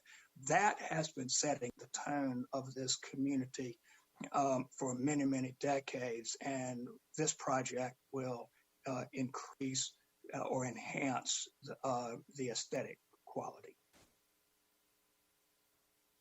Thank you, Mr. Terrell. Commissioners, any questions for Mr. Terrell? Yes, sir. This is Richard T. Bryson. How you doing, Mr. Terrell? Bryson. Hey, Mr. Bryson. How are you, sir? I'm doing good. Thank you for asking. Good. Doing well. Got a question for you. You said it's a upscale convenience store. What is that? What's that definition? I've never seen an upscale convenience store. Somewhere in your packet, you should have seen my letter to the neighbors. And that letter had a photograph of what the convenience store Mr. Patel developed at McConlin I-85. And as I said again, it does not look like a typical convenience store that would have been built 35 to 40 years ago, but it is comprised of dark brick, stucco, and stone.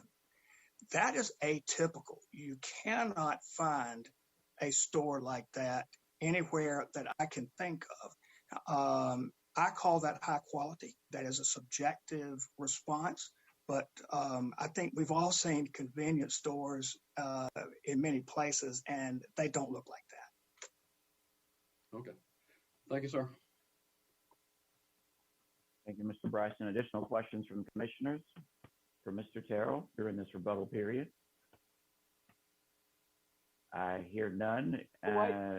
Wait. Yes, Ms. Gaines. No, Mr. Terrell made a comment about we should have received in our packet a rendering, and I have not seen any, and Catherine shared in her head also. I thought that the report of neighborhood communications always went in your packet. Neighborhood communications do. Well, it would be in my letter. But it was one page. Yeah. Actually. Well, that can only say that our letter was 3 pages. We submitted everything with that, with the list, and I can't answer that. Mike, do you have anything that you can put up on the screen to show us? Because it's a valid question, and Mr. Carroll seems to think we have it. And Garrett Neal. I'm checking emails right now to see if we've got anything additional beyond what we put in your package. But yeah, it sounds like they may have something from their development staff. Garrett, can you pull that up? And Mike, could you allow Mr. Neal to do a screen share? Yes, let me apologize for it being so dark. Let me search my email and find that. Mr. Kirkman, if you find it first, that works as well.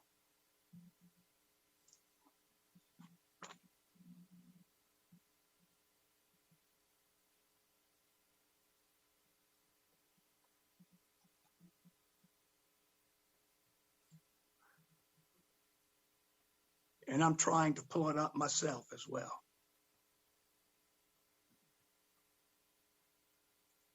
I have it here. Can you screen share? Yes. Okay.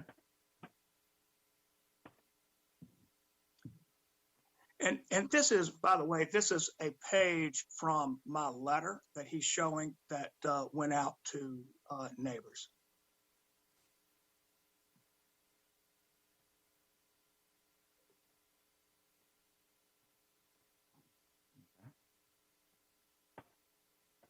Thank you so very much. Yeah, thank you, Mr. Carroll.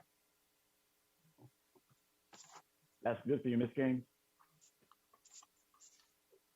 Yes, Okay. I wanted to see it. Thank you. Okay, thanks so very much. So, Mr. Terrell, if you're completed with your rebuttal period, we'll go to those wishing to speak in opposition, and their rebuttal period of up to 5 minutes combined. Are there any comments? Is there any rebuttal from those wishing to speak in opposition? Yes, I'll comment again. So I do thank you, your concern about the trailers there. They do sit back off the road. So even though you can ride down South M and see them, they do sit back off the road. So I'm not sure what your clearing will do to expose those even the more. However, you are correct that if you go up South M, we are saturated in apartments. We are saturated in multifamily units. I can look on the other side of me, and there are probably 1, 2, 3, 4. There's probably 6 different sets of multifamily units. We're saturated. A convenience store is not what we need.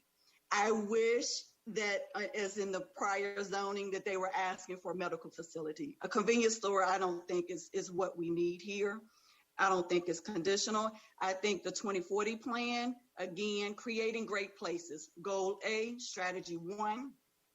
And I think green spaces are necessary. And unfortunately, yes, for other developers that have taken down trees and moved wildlife, we have to create places for them. There is a stream that runs through there, and I think that negates and helps to say that that could be a green space. Thank you. Thank you, Ms. McIver. Any questions or comments for Ms. McIver? I hear none. Anyone else wishing to speak in opposition during this rebuttal period?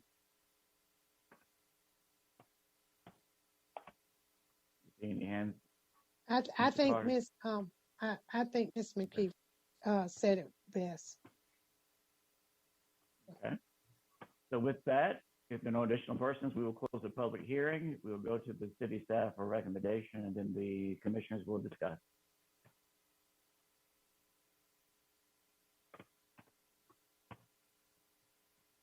Thank you, Chair Holston. The GSO 2040 comprehensive plan designates the site as urban general on the future built form map and as residential on the future land use map of the comprehensive plan. The request is consistent with the comprehensive plan's filling in our framework big idea to encourage higher density, mixed use, walkable infill development, and the economic competitiveness big idea to build a prosperous, resilient economy that creates equitable opportunities to succeed. The proposed PUD zoning designation as condition allows a mix of residential and non-residential uses in immediate proximity to a variety of other commercial and residential uses. The request does also provides an appropriate transition between the heavier commercial uses located further to the south along the major thoroughfare and various residential uses and densities located further north and west. Staff is recommending approval of the request. Thank you, Mr. Kirkman. Commissioners, any questions for Mr. Kirkman or staff, or turning to the discussion or conversation about the case? Are there any thoughts? Mr. Chairman, this is Richard T. Bryson. I'm going to start out.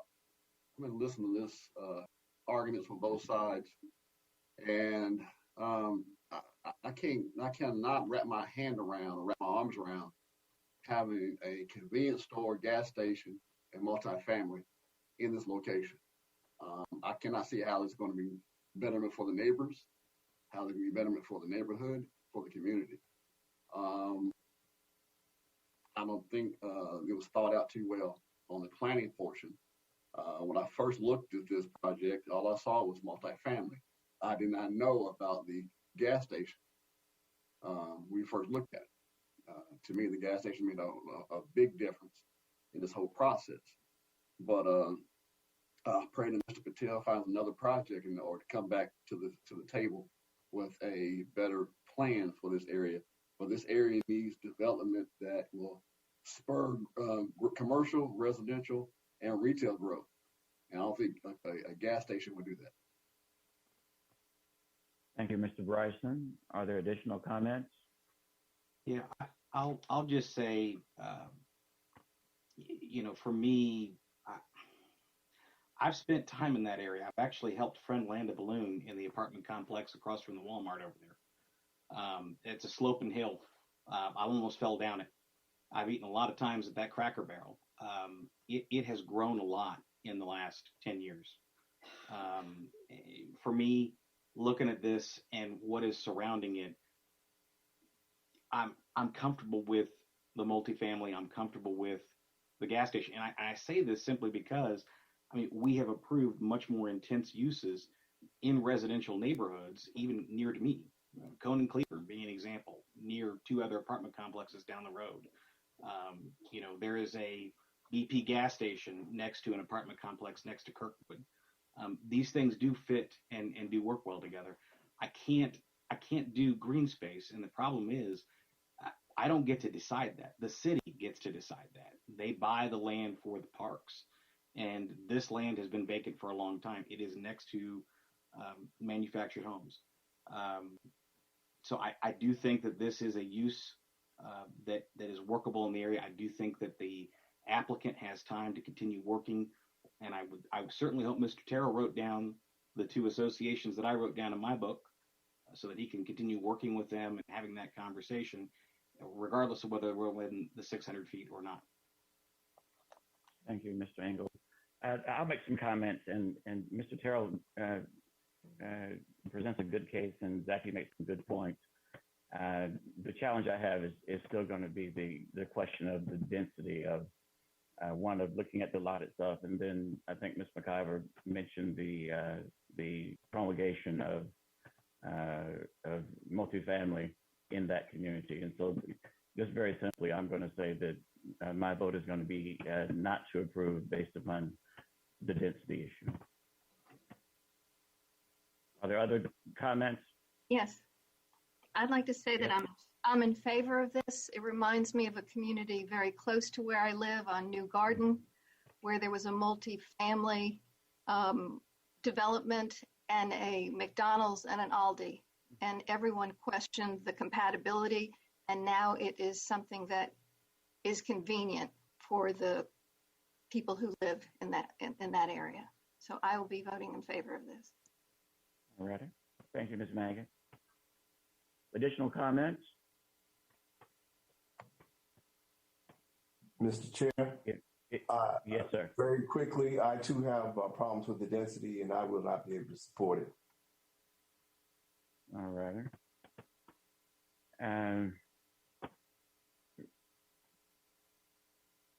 At this point, it might be best if we have a motion, if there are no other comments, if we have a motion in the affirmative, and we'll just see how that comes out. If it's time for a motion, if it's time for additional comments or thoughts, then that's also fine too. Is there? Mr. Chair, I can, if you said in the affirmative, I can do that. And that way we can get it out on the table. I agree with you. I think that's a good strategy. Okay. In regards to agenda item Z-21-08-002, the Greensboro Zoning Commission believes its action to recommend approval of the zoning request for the property described as 3721 South Elm Eugene Street and 111 Vivian Lane from R3 Residential Single Family 3 and CD-RM-12 Conditional District Residential Multifamily 12 to Planned Unit Development PUD to be consistent with the adopted GSO 2040 Comprehensive Plan, and considers the action taken to be reasonable in the public interest for the following reasons. 1, the request is consistent with the Comprehensive Plan's future built form map and future land use map. 2, the proposed PUD zoning district has condition permits uses which fit the context of the surrounding area and limits negative impacts on the surrounding area. 3, the request is reasonable due to the size, physical conditions, and other attributes of the area will benefit the property owner and surrounding community, and approval is in the public interest. We have a motion from Mr. Engel and a second from Ms. Gaines. Ms. Gaines? Yes. A motion from Mr. Engel and a second from Ms. Gaines for the property at 3721 South Elm Eugene. Have a roll call vote. Ms. Gaines? Aye. Ms. Magid? Aye. Mr. Bryson? Nay. Mr. Engel? Aye. Mr. Alford? Nay. Was that nay? Nay. Nay? No. Thank you.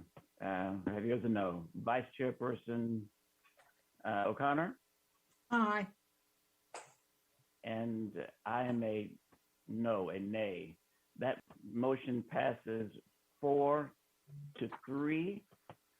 and constitutes a favorable recommendation, and is subject to a public hearing at the September 21, 2021 City Council meeting. Mr. Kirkman, now we have to look at the UDP. Yes, we would need a motion on that. Okay. I would We need a approve motion. I would We have like a motion from Mr. Engel on the UDP. Is there a second? A second from Ms. Magid. This is for the approval of the UDP. Roll call vote. Ms. Skeens? Aye. Ms. Magid? Aye. Mr. Bryson? Nay. Mr. Engel? aye. Mr. Alford? Nay. Ms. O'Connor? Aye. And I am also a nay. That motion passes 4-3 and also constitutes a favorable recommendation and subject to a public hearing at the September 21, 2021 City Council meeting. Thank everybody for presenting on that case.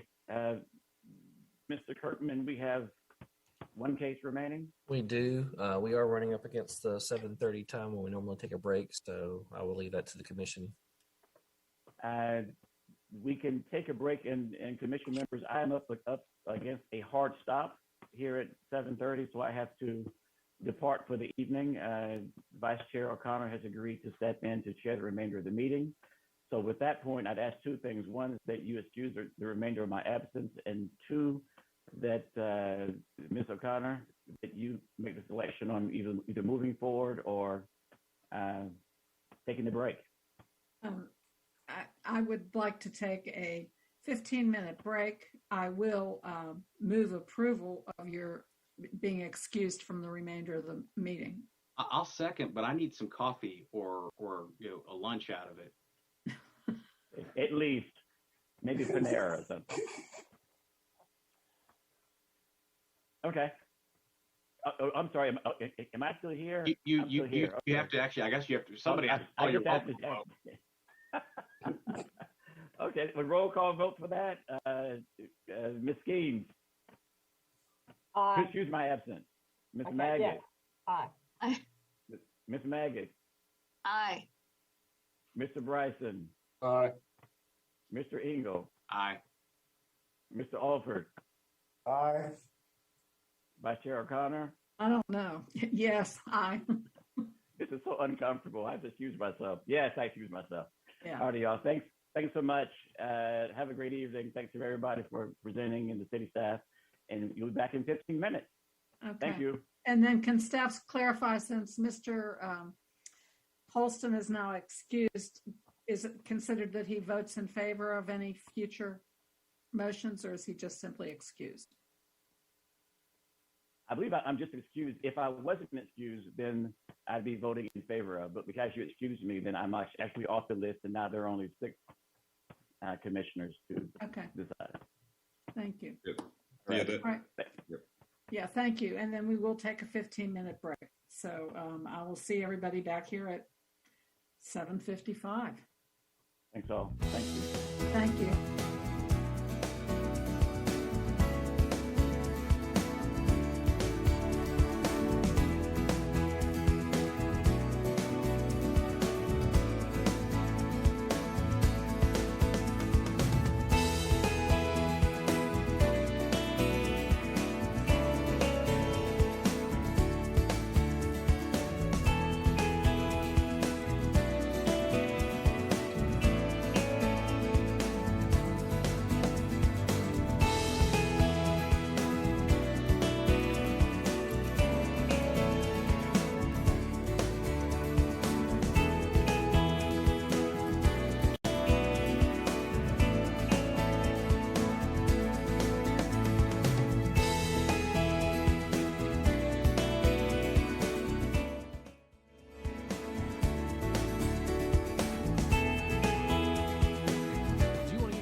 City of Greensboro? For any questions you have, call the city's contact center at 336-373-CITY. Watch Greensboro Television Network on AT&T Uverse, North State, and Spectrum. You can also add the channel on Roku. Stay connected through social media on Facebook, Twitter, YouTube, and Instagram. You can also find the city on Nextdoor. Download our podcast, Talk City Greensboro, on SoundCloud, iTunes, Stitcher, and Google Play. Access all of this and more at greensboro-nc.gov. Litter has become an eyesore in Greensboro. Let's take pride in our city and do our part to keep our roads and streams litter-free. Keep the green clean.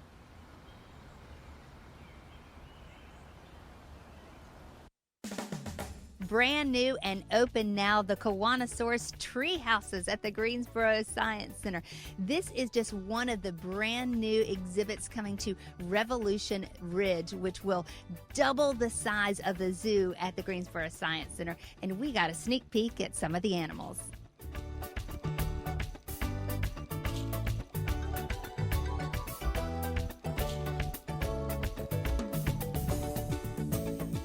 Jessica, we are standing in Revolution Ridge and we cannot wait for it to open. Can you kind of just orient us a little bit to where we are right now? Sure. So we're actually just down from what's going to be our new entrance to this space. So if you're familiar with the Science Center, we're near the Gibbon exhibit.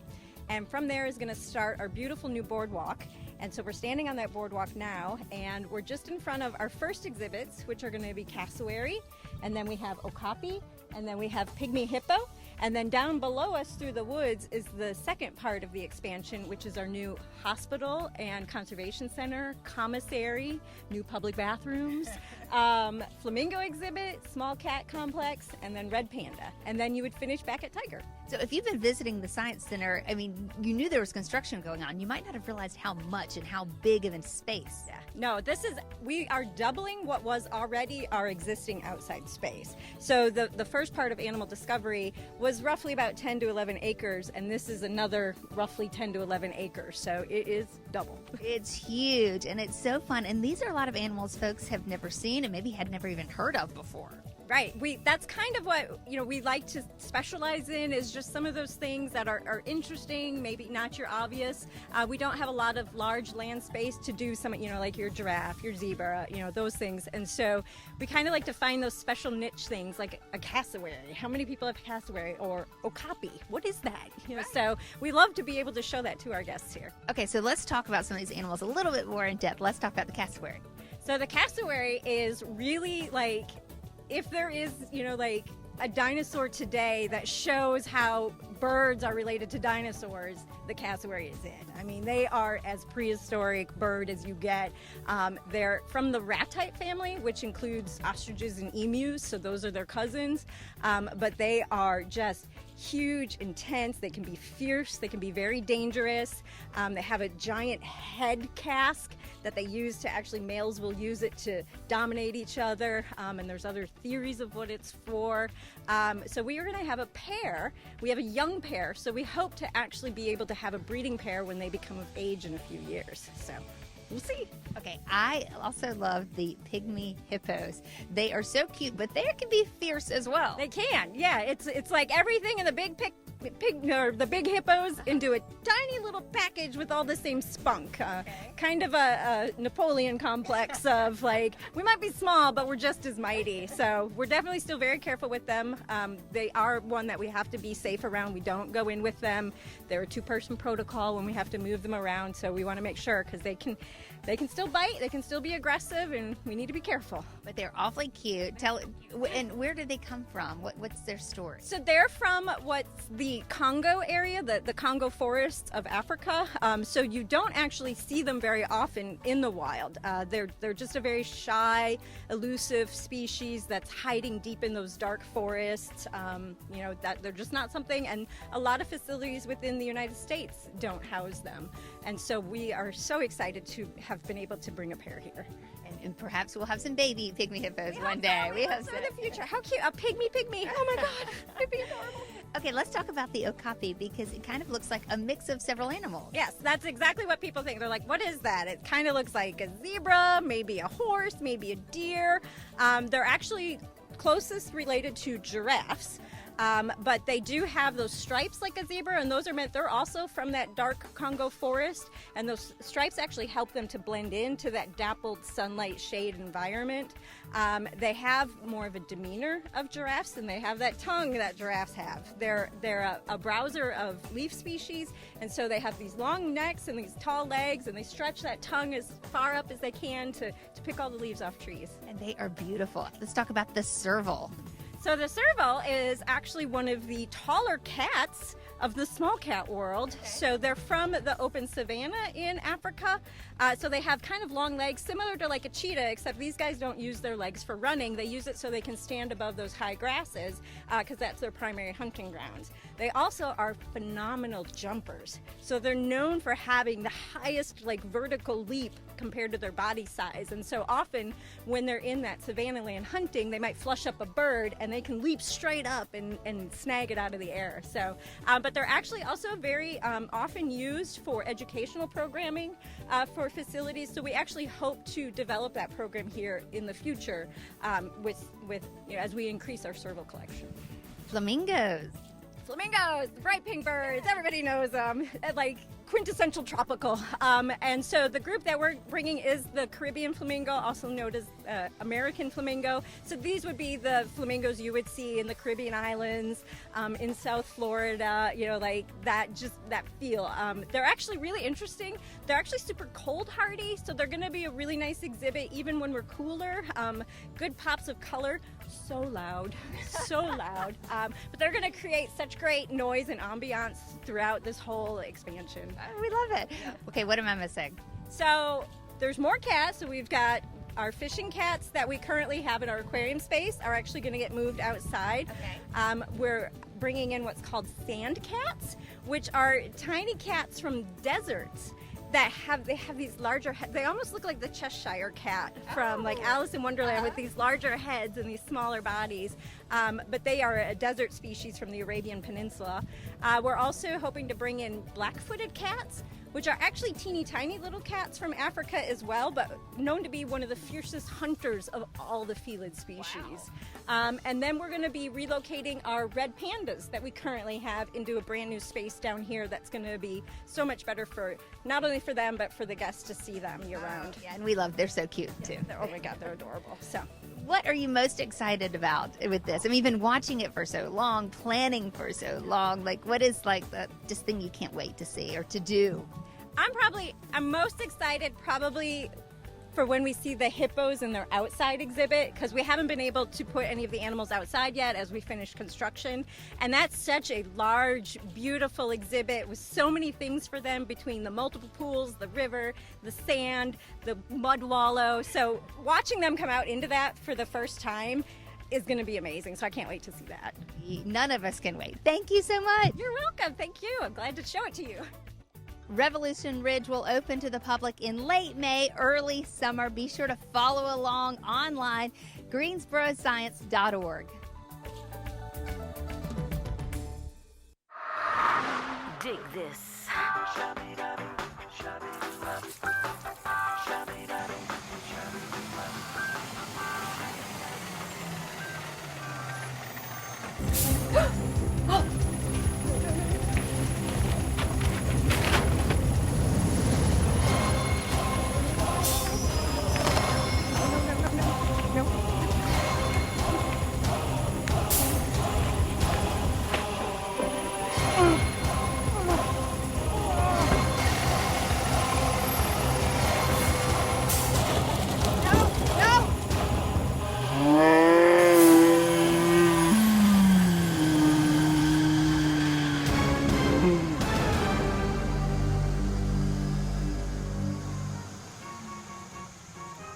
Honey, you almost had them. You need to download the GSO Collects app.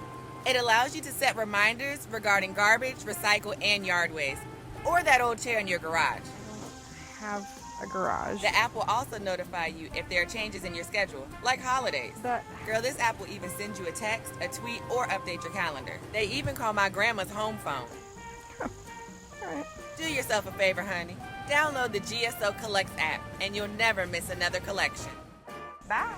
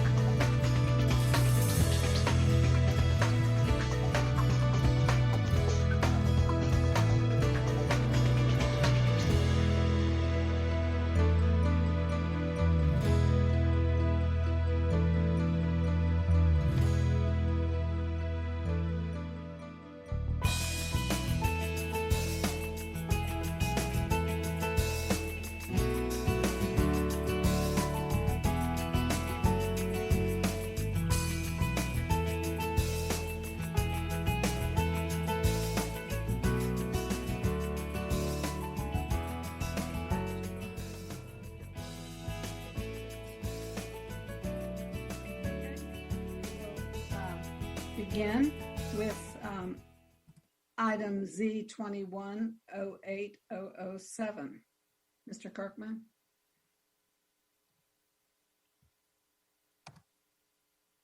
Okay, there we go.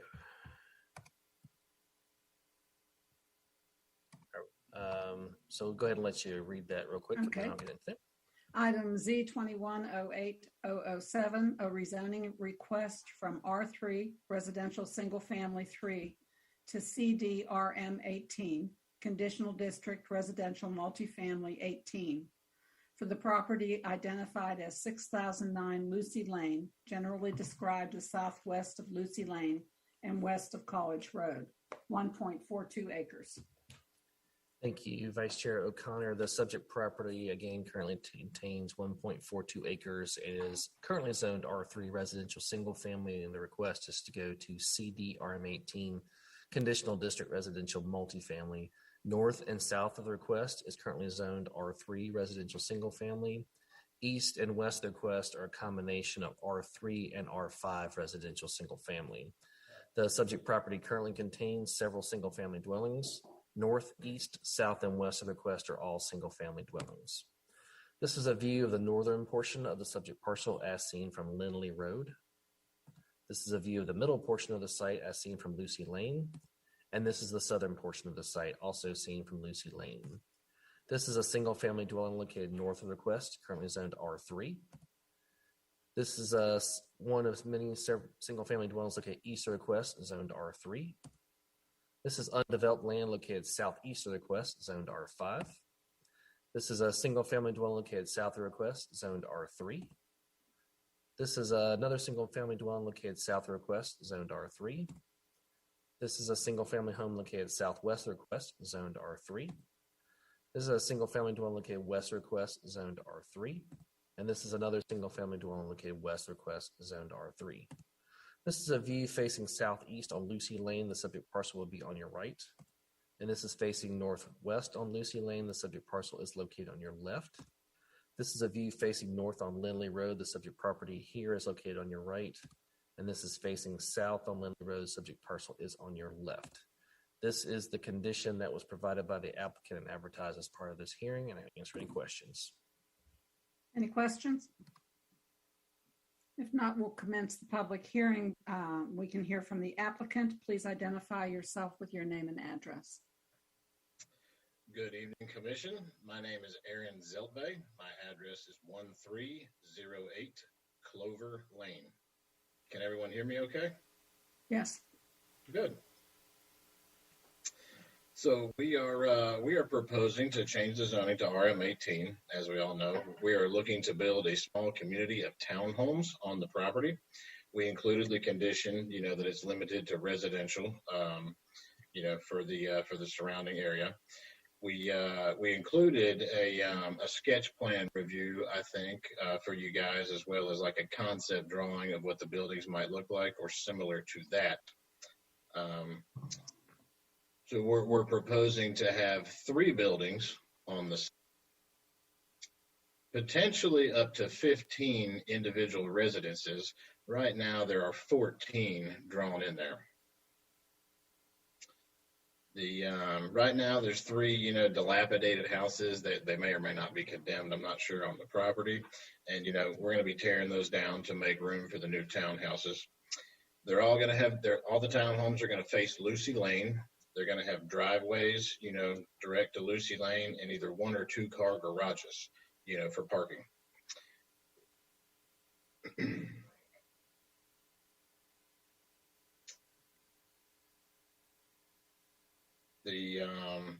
We feel like the townhomes are going to have a generous amount of green space and comfortably sized backyards as they sit on the property. And the city's development ordinance includes sidewalks to be installed. And we also hope to see them continue on throughout the rest of the neighborhood.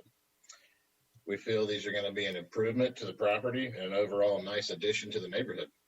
And we thank you for your time. Is there anybody else that would like to speak in favor? I just have a couple of questions. Yes, Mr. Engel. Just seeing here, looking in your site plan, you do have built in a a type C buffer yard. Is that correct? Average width of 15 feet. Between the units, yes. Well, no, I mean between the single family around it and your units. Yeah. Correct. Well, over at the intersection of the one single family house, I can't remember the address. I can't quite see it on that attachment. I think it's a little bit closer, but during a sketch plan review with the technical review committee from the city of Greensboro, I think they had requested that we extend that a little bit. Okay. And this would this have some form of HOA associated with it as well, since it's a townhome community? Yes, sir. Okay. Thank you. Any other questions Okay, if not, is there anyone else who would like to speak in favor?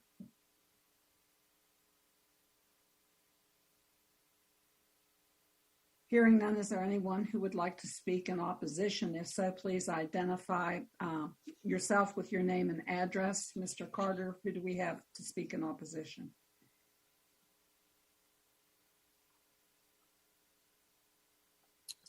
We did have a gentleman, Jim Brown, that was signed up in opposition. I see him on here. Mr. Brown, are you able to unmute yourself?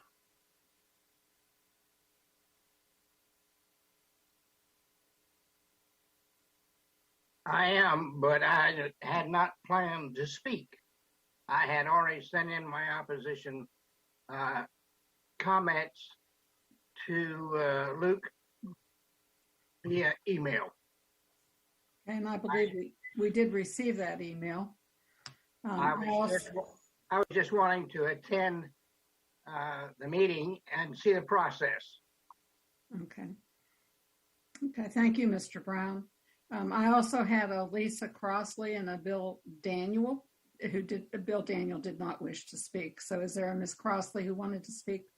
Ms. Crossley notified staff right before the meeting that she was not going to be in attendance this evening. Okay, thank you. Is there anyone else who would like to speak in opposition? Okay, if not, Mr. Veseltve, you have some time for rebuttal if there is anything else you would like to add on. You didn't use your full time to start with, but if you'd like to speak it in rebuttal, you're welcome to do that. I mean, I just feel like, we're going to be making an improvement to the street and the overall neighborhood. And, what we're going to be building is better than the dilapidated structures that they've been looking at for some time now.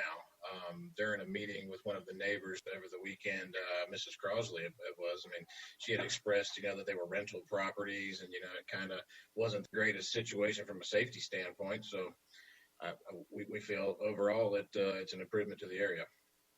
Thank you. Does anybody have any questions? Do any of the commissioners have any questions?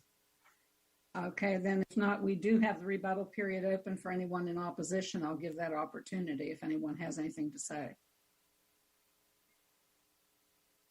Okay, then hearing none, we will close the public hearing and go back to staff for comments, please.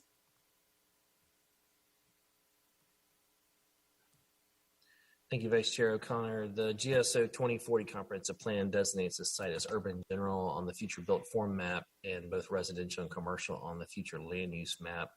The proposed request does support the comprehensive plan's Creating Great Places goal to expand Greensboro's citywide network of unique neighborhoods, offering residents of all walks of life a variety of quality housing choices, as well as the Building Community Connections goal to maintain stable, attractive, and healthy places to live and raise families.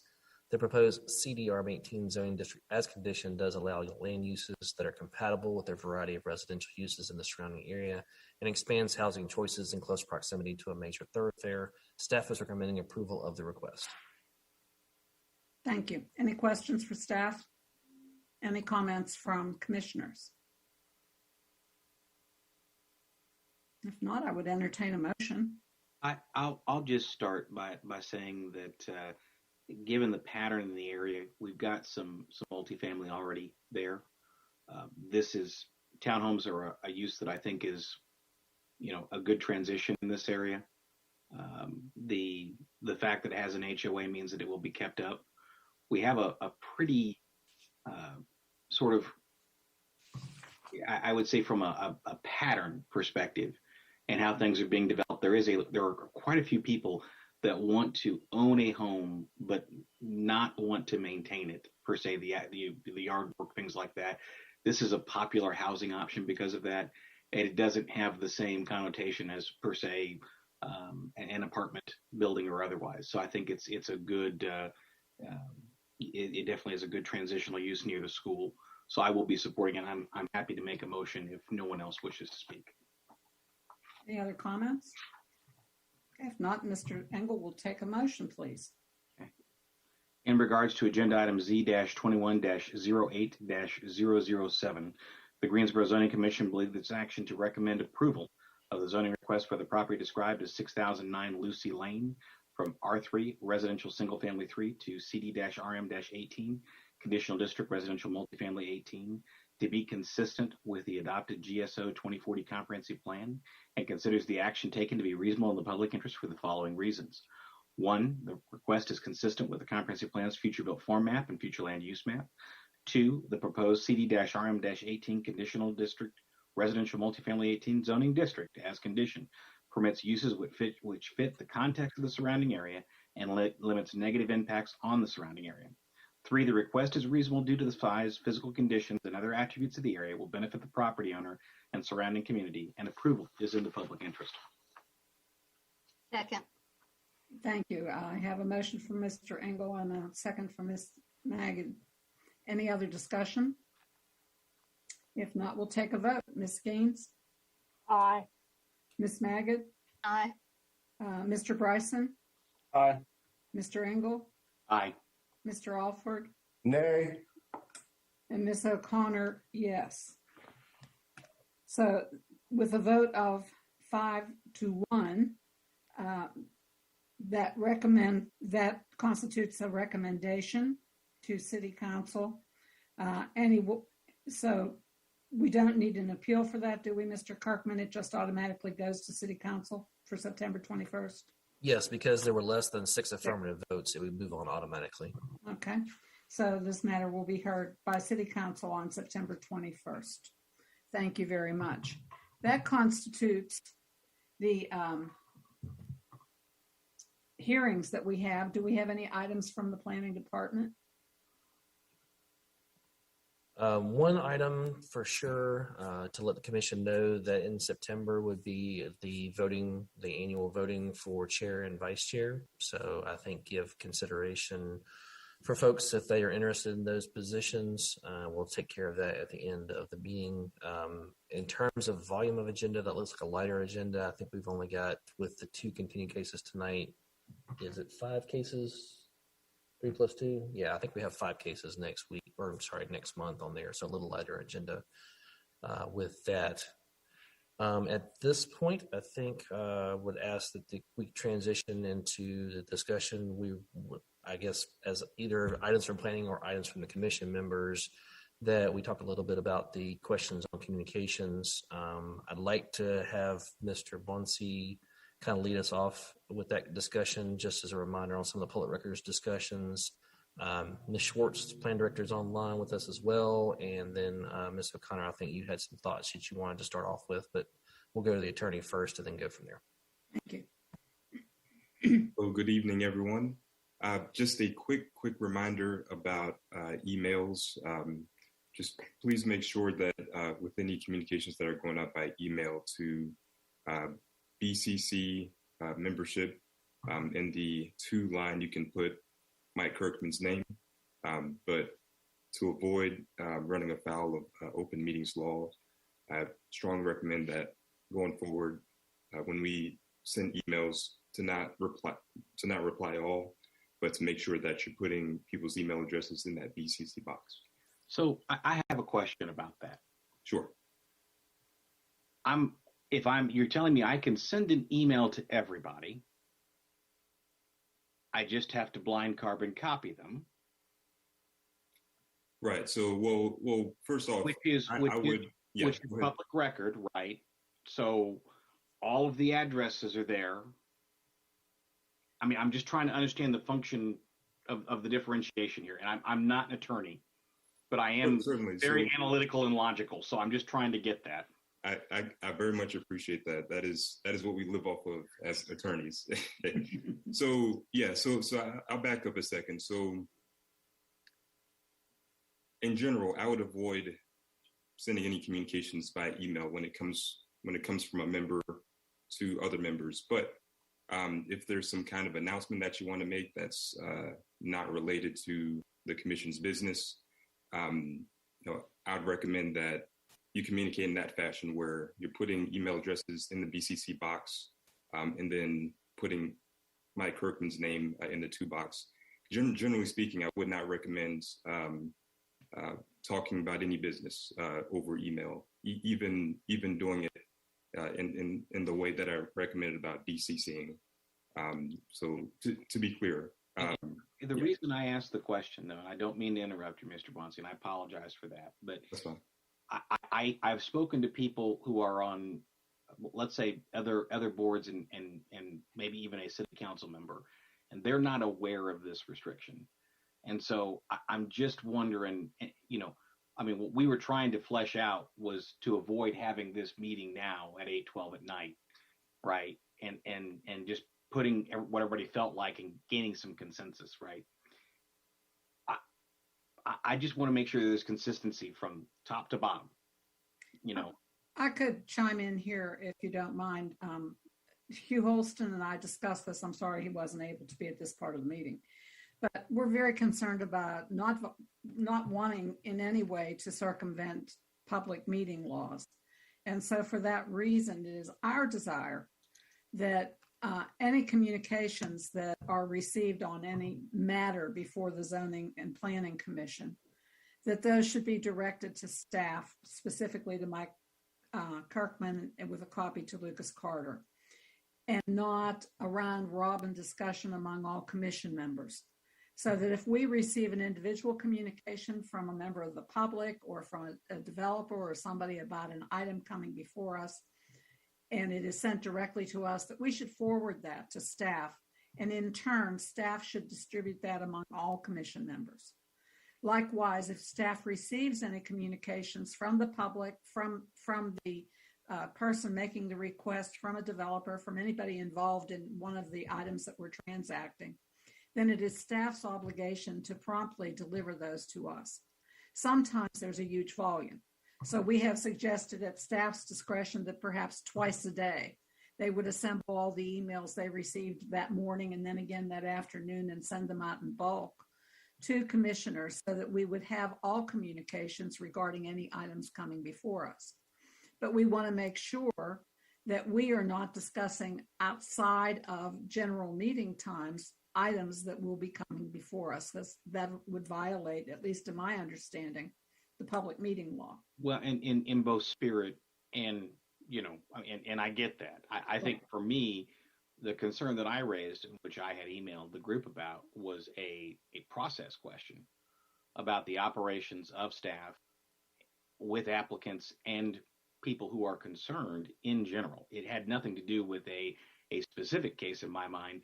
It was, to me, how we interact, especially in times of COVID, right? As I'm sitting here in my office and you're sitting in your faux city council chamber, and all of that, to me, we used to, and I'll say this, like when we were in the meeting room, there was a point at which somebody could talk to, go outside or otherwise have a conversation if they were coming a little closer, or maybe they were, otherwise could converse outside, inside, taking a break, whatever it was. Can't do that on Zoom. There's no mechanism for that. And so anything we can do to further communication between two sides, to me, is absolutely, because we got dinged after the other Friendly Avenue case we had last month, that our meeting was not collaborative. Our meeting is not collaborative. It's not designed that way. It's a legislative meeting. This is a public hearing. Two sides come in, they argue their points. We have to make a decision. We ask clarifying questions if we need it, but ultimately, I can't say, hey, give a little here, give a little here. Like, we can't do that. That is way outside of our purview. So anything we can do to get people to talk to one another, to me, is As I listened to Miss MacGyver tonight, when she was talking about, do you print things in Spanish? I thought to myself, never thought about that. But honest, might be a thing we ought to do. Front page English, back page Spanish. Well, there's actually fair housing guidelines along those. That have to do with percentage of population and so on. Yeah.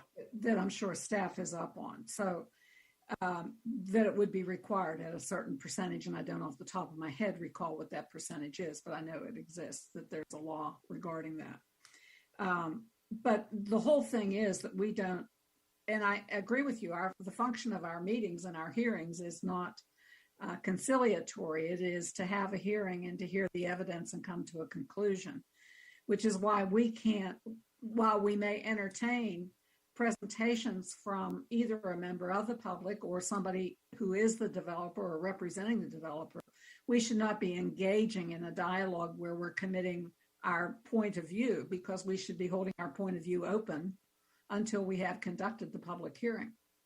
And so should we choose to attend a public meeting about one of these items, and it might be information gathering on our own parts, we should not be expressing opinions, because we ought not to be forming those opinions until we have the formal hearing.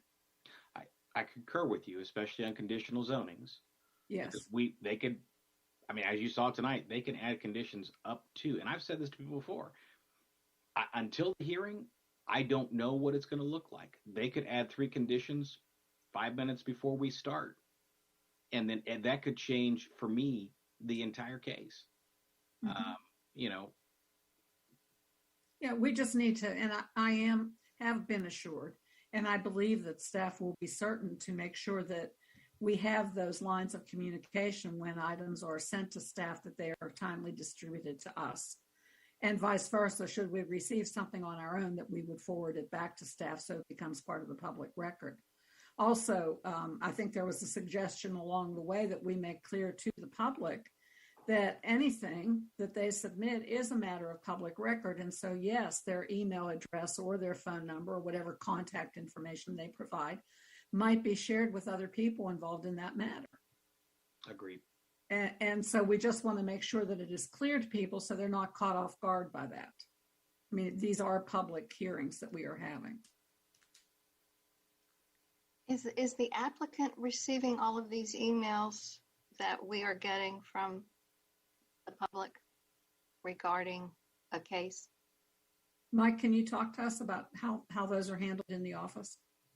Yeah, so I'll go ahead and say some of it's challenging because many of the emails cover the same topic from a lot of different perspectives, the traffic, the scale, et cetera on there.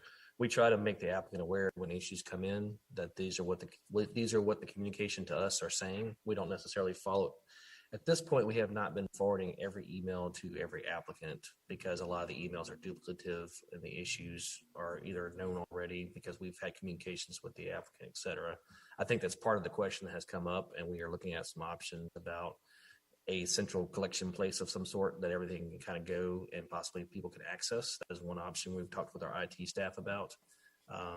Mr. Kirkman, I just want to pause you there for a second. It puts you in a very tenuous position to be deciding what is relevant and what is not relevant. The easiest thing to do is to give everything. And I say this, Mr. Bronsi can tell you about discovery in a legal case. You have to turn over all of it, because if you leave out some of it accidentally, then there is an accusation one way or another. My suggestion is, again, you're sending it to us in a BCC that I can't see. Add in whatever the applicant group is and get it to them, or your repository, however you want to do it. But I don't think part of it or themes or, all or nothing. That's the way I think it has to be. It just puts you in a very tenuous position. Mr. Engel, this is Sue. How are you guys doing? I'm sorry to keep you going after, but this is on this topic. We're going to look into that because the point you just made is part of what, as this became the conversation across emails last week, That was what I picked up on. So we're working to figure out how to batch these in reasonable amounts, and even if they are duplicative, it's probably it's probably good to know how many people have the same idea. Like, yeah, a lot of people are concerned about traffic or whatever. So we haven't figured out that mechanism exactly yet, but we've heard you. And I think, and so I guess if I can, Madam Vice Chair, if I can summarize our conversation, because Chair Holston was pretty funny. It's like, this is real simple. What I get, you get. What you get, I get. And they get. And everybody. So the one thing, I'll just, to be perfectly clear, the part that got a little awry was commissioner sending something directly to an applicant with that staff didn't know about. That got a little funky. So the safest thing, send it at us. We'll make sure they get it. We make sure we will be the clearinghouse, and we will make sure we'll batch them. I know, and then the next commission it's okay if they yell at us about getting all these emails. That's fine. That's part of the process. But we've heard you. We'll take care of that. And hopefully, we just want to make sure that our job is to protect the integrity of the process. And so making sure that things, that the public can be assured that we're being the even playing field, and that you're assured that we're being the even playing field, and that everybody is getting the information. So I heard you, Zach. I didn't get a chance to type it back in, and I was going to say, I hear you, but I hear you. And so we're hopefully, I think again, we'll be the repository. If you get comments, send them to us. What we get, we will batch out to you guys and to the applicants. And as we know, neighbors will make sure they know what we've gotten. So everybody has the same information. Right. And we want to create an atmosphere where we have the confidence that all of the information regarding one matter is going to all parties interested in that matter, so that we don't place commissioners in the awkward position of distributing or redistributing information and then making a misstep. So that burden has got to go to staff. Yes, we will take, and it is not a burden. It is part of what we should do. And it was done up until a few months ago, from what I understand, is the applicant or the attorneys in most cases were getting all these emails. And as a result, we're able to add conditions or deal with some of the concerns prior to the hearing. If they don't know what the issues are, then they're rocking in cold. And I know we had some upset people on Friendly and Mears Chapel. And along those lines, we spent time in June creating this guide for public hearings. And I think it was well received. It was a good idea. And I think under contact commission members ahead of hearing, says you can communicate with commission members ahead of the public hearing and share conversations on the request. These can be emailed to the planning staff, and then we will get it to the commission members. And I think it's critical at this point that you add the phrase, please be aware that all communication with staff and commission members are considered to be public record and will be disseminated to commission members as well as the applicant and or their representative. You're going to send me that sentence? Yeah. Because you did it. I typed it out because I knew I couldn't say it twice. Yeah. You send it, cut and paste, it's done. And you'll know what'll happen. Yeah, and that way there's no hard feelings. There's nobody. Yeah, understood. Upset. Right. No, I think everyone was well intended in the conversation. It was trying to just get to the meat, the crux of it. So I think we have a plan of action. Are there any other thoughts or questions on this? I don't want to just cut it off, but I also don't want to keep you. I have one. Keep on long either though. How you doing, Sue? Hi, Mr. Bryson. How are you? Oh well. But on the same lines here, I'm really, really, really disturbed about commission. We're not getting all the information on each case. We're getting part of it. And what happened? Tell me what parts he's gone digital here.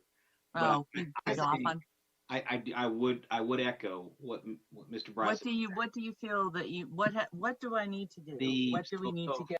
So tonight, I'll just simply say we received a partial on Mr. Terrell's neighborhood communication, and checked with staff, and that's what we got. So Okay. we're Okay. tracing that down. But yeah, no, I had that, I'd written that down. that's Like, where's the rest definitely, of the letter? And so yeah. Mike and they went back to the PDF, and it only had the first page. So understood.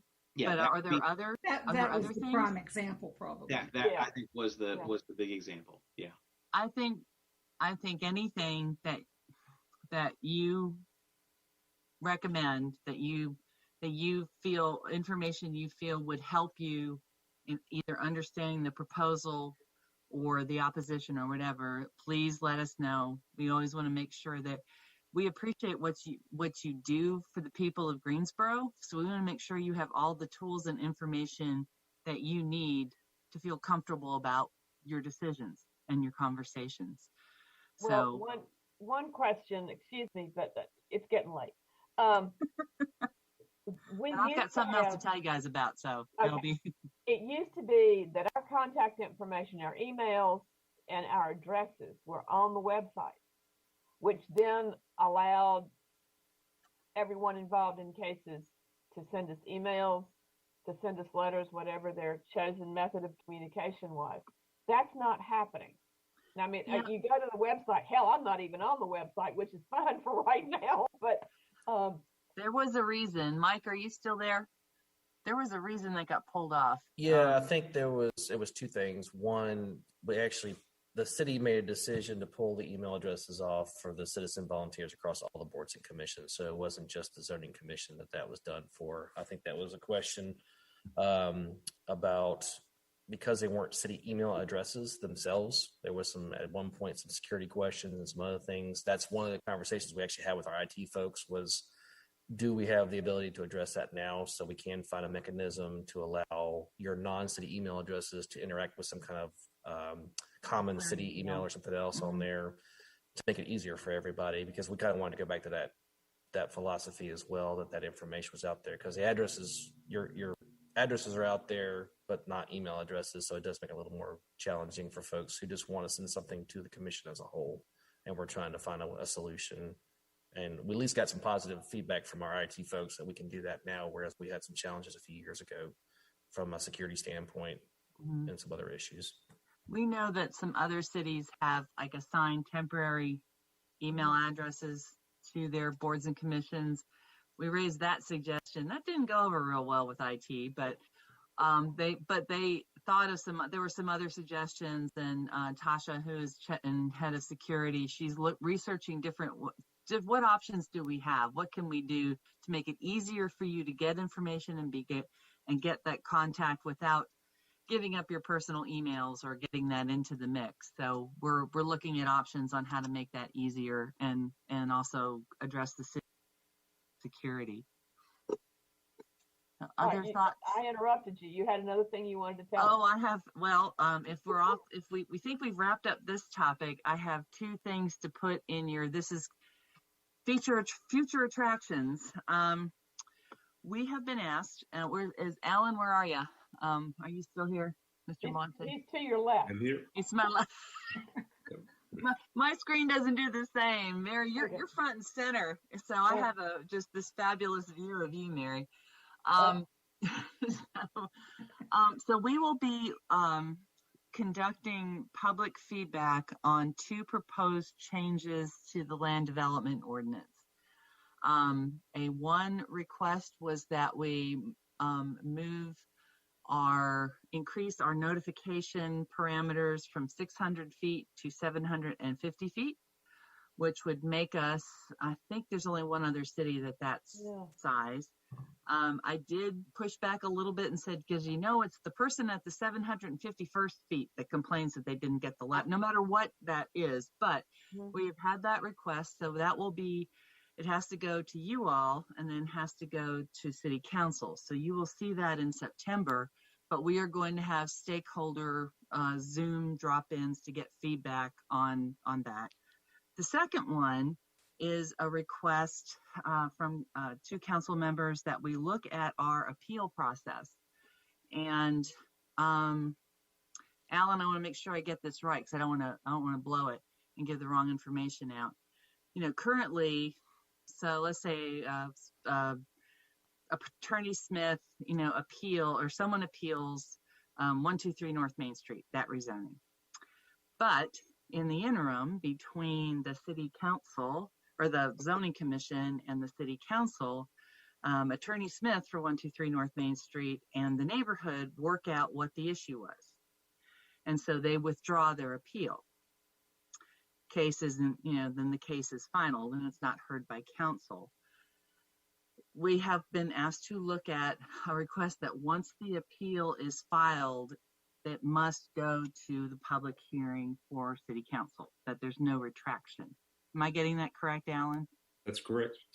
Okay, so we are going to send out the proposed language. We're setting up some Zoom drop-in meetings so that we can get feedback and have that for you for the public hearing in September and then the city council meeting in October. But I wanted you to know ahead of this is not something we just go, oh, look at this on the agenda. Isn't this cool? So this was a request of council. We are dutifully putting it forward and asking for stakeholder feedback. So we'll be looking, of course, to the developers in Trebic and the land use attorneys that we work with, and also the neighborhood groups that we have been working with to get feedback. And I welcome any suggestions on whom else we should make sure that we notify to get their input. And obviously it will be on the public hearing docket for September, so it'll be advertised in the agenda there. So there, now you all know what I know. Did I forget anything, Alan? Well, I want to know why council wants to have longer meetings and why they feel compelled to put additional money into rezoning attorneys' pockets, because if they don't have to appear at appeal, then they don't bill their clients. I don't think this makes good sense. Can you elaborate as to where it came from? There was a concern, I think was the Vandalia case, where the person who appealed the decision of the zoning commission then withdrew, I believe, her appeal. But there were other neighbors that thought it was going to city council, and so they were upset that they were under the impression it was, and I readily admit that may be a communication issue we may have of if there's more than one person who wants to make sure it's appealed. We have a mechanism for that to hear that. But there was a concern of this that folks thought they were going to be able to have their say in front of council, and then they didn't. And so it was, should we be able to do that? So I'm not going to have you judge the merits of this, because that's what your meeting in September is going to be for. But I'm also going to make sure you all know when we're having these drop-ins, if you want to be the fly on the wall and listen to the feedback, because that's what you do in neighborhood meetings and plans and other things that we do. I'll put one thing out there for you to consider. Maybe a middle road on that one might be that the clock starts over if somebody withdraws their appeal. That way somebody else has the option to put an appeal in rather than it automatically goes to council. Thank you for that suggestion. So not coming to your public meeting, but I'm just brainstorming with my commission. Yes. Yeah, but I would just we will give, so you don't get shot, because these are two pretty significant amendments. They're not just simple ordinance amendments that we wanted you to get in front of you to know that it's coming. We'll invite you to Zoom meetings, or you can just pop in, even if you can't come to the Zoom meetings. If you want to see the recordings of those, we will make them available so you can see what we see, in the interest of making sure you have the best information possible for your recommendation to council. So that is the only reason why I'm keeping you up late, kids. Yeah. Okay. Past your bedtime. So any other comments? Anytime, but anyway. Any other comments? And just appreciate the thoroughness of the explanation this evening. And Yeah. it was a good discussion and greatly appreciated. Yes. I, again, thank you all for what you do for the people of Greensboro. And I know this sounds corny, but I tell this to every civic class I teach, every neighborhood group this is a fundamental part of democracy, this ability, this process that we do here at Planning and Zoning Commission, this ability to come together and make decisions. And you are this incredibly important piece of it that you're doing as volunteers. And I deeply appreciate the time and the energy and the incredible thoughtfulness that all of you put towards it. Thank you. You Well, do thank you. know the county pays their board and commission members. Oh, Mary. Just thought I'd bring that up. Oh, I'll send you a martini to your house. Well, with that, do I have a motion to adjourn? So moved. Second. I guess we'll vote. Mary Skeens. Yeah. There's no roll call vote for that. I think that's by We'll consensus. say together, aye. Aye. Good night, everyone. Good night, everybody. Night. Thank you. Good night. Thank you. Thanks very much. Thank you.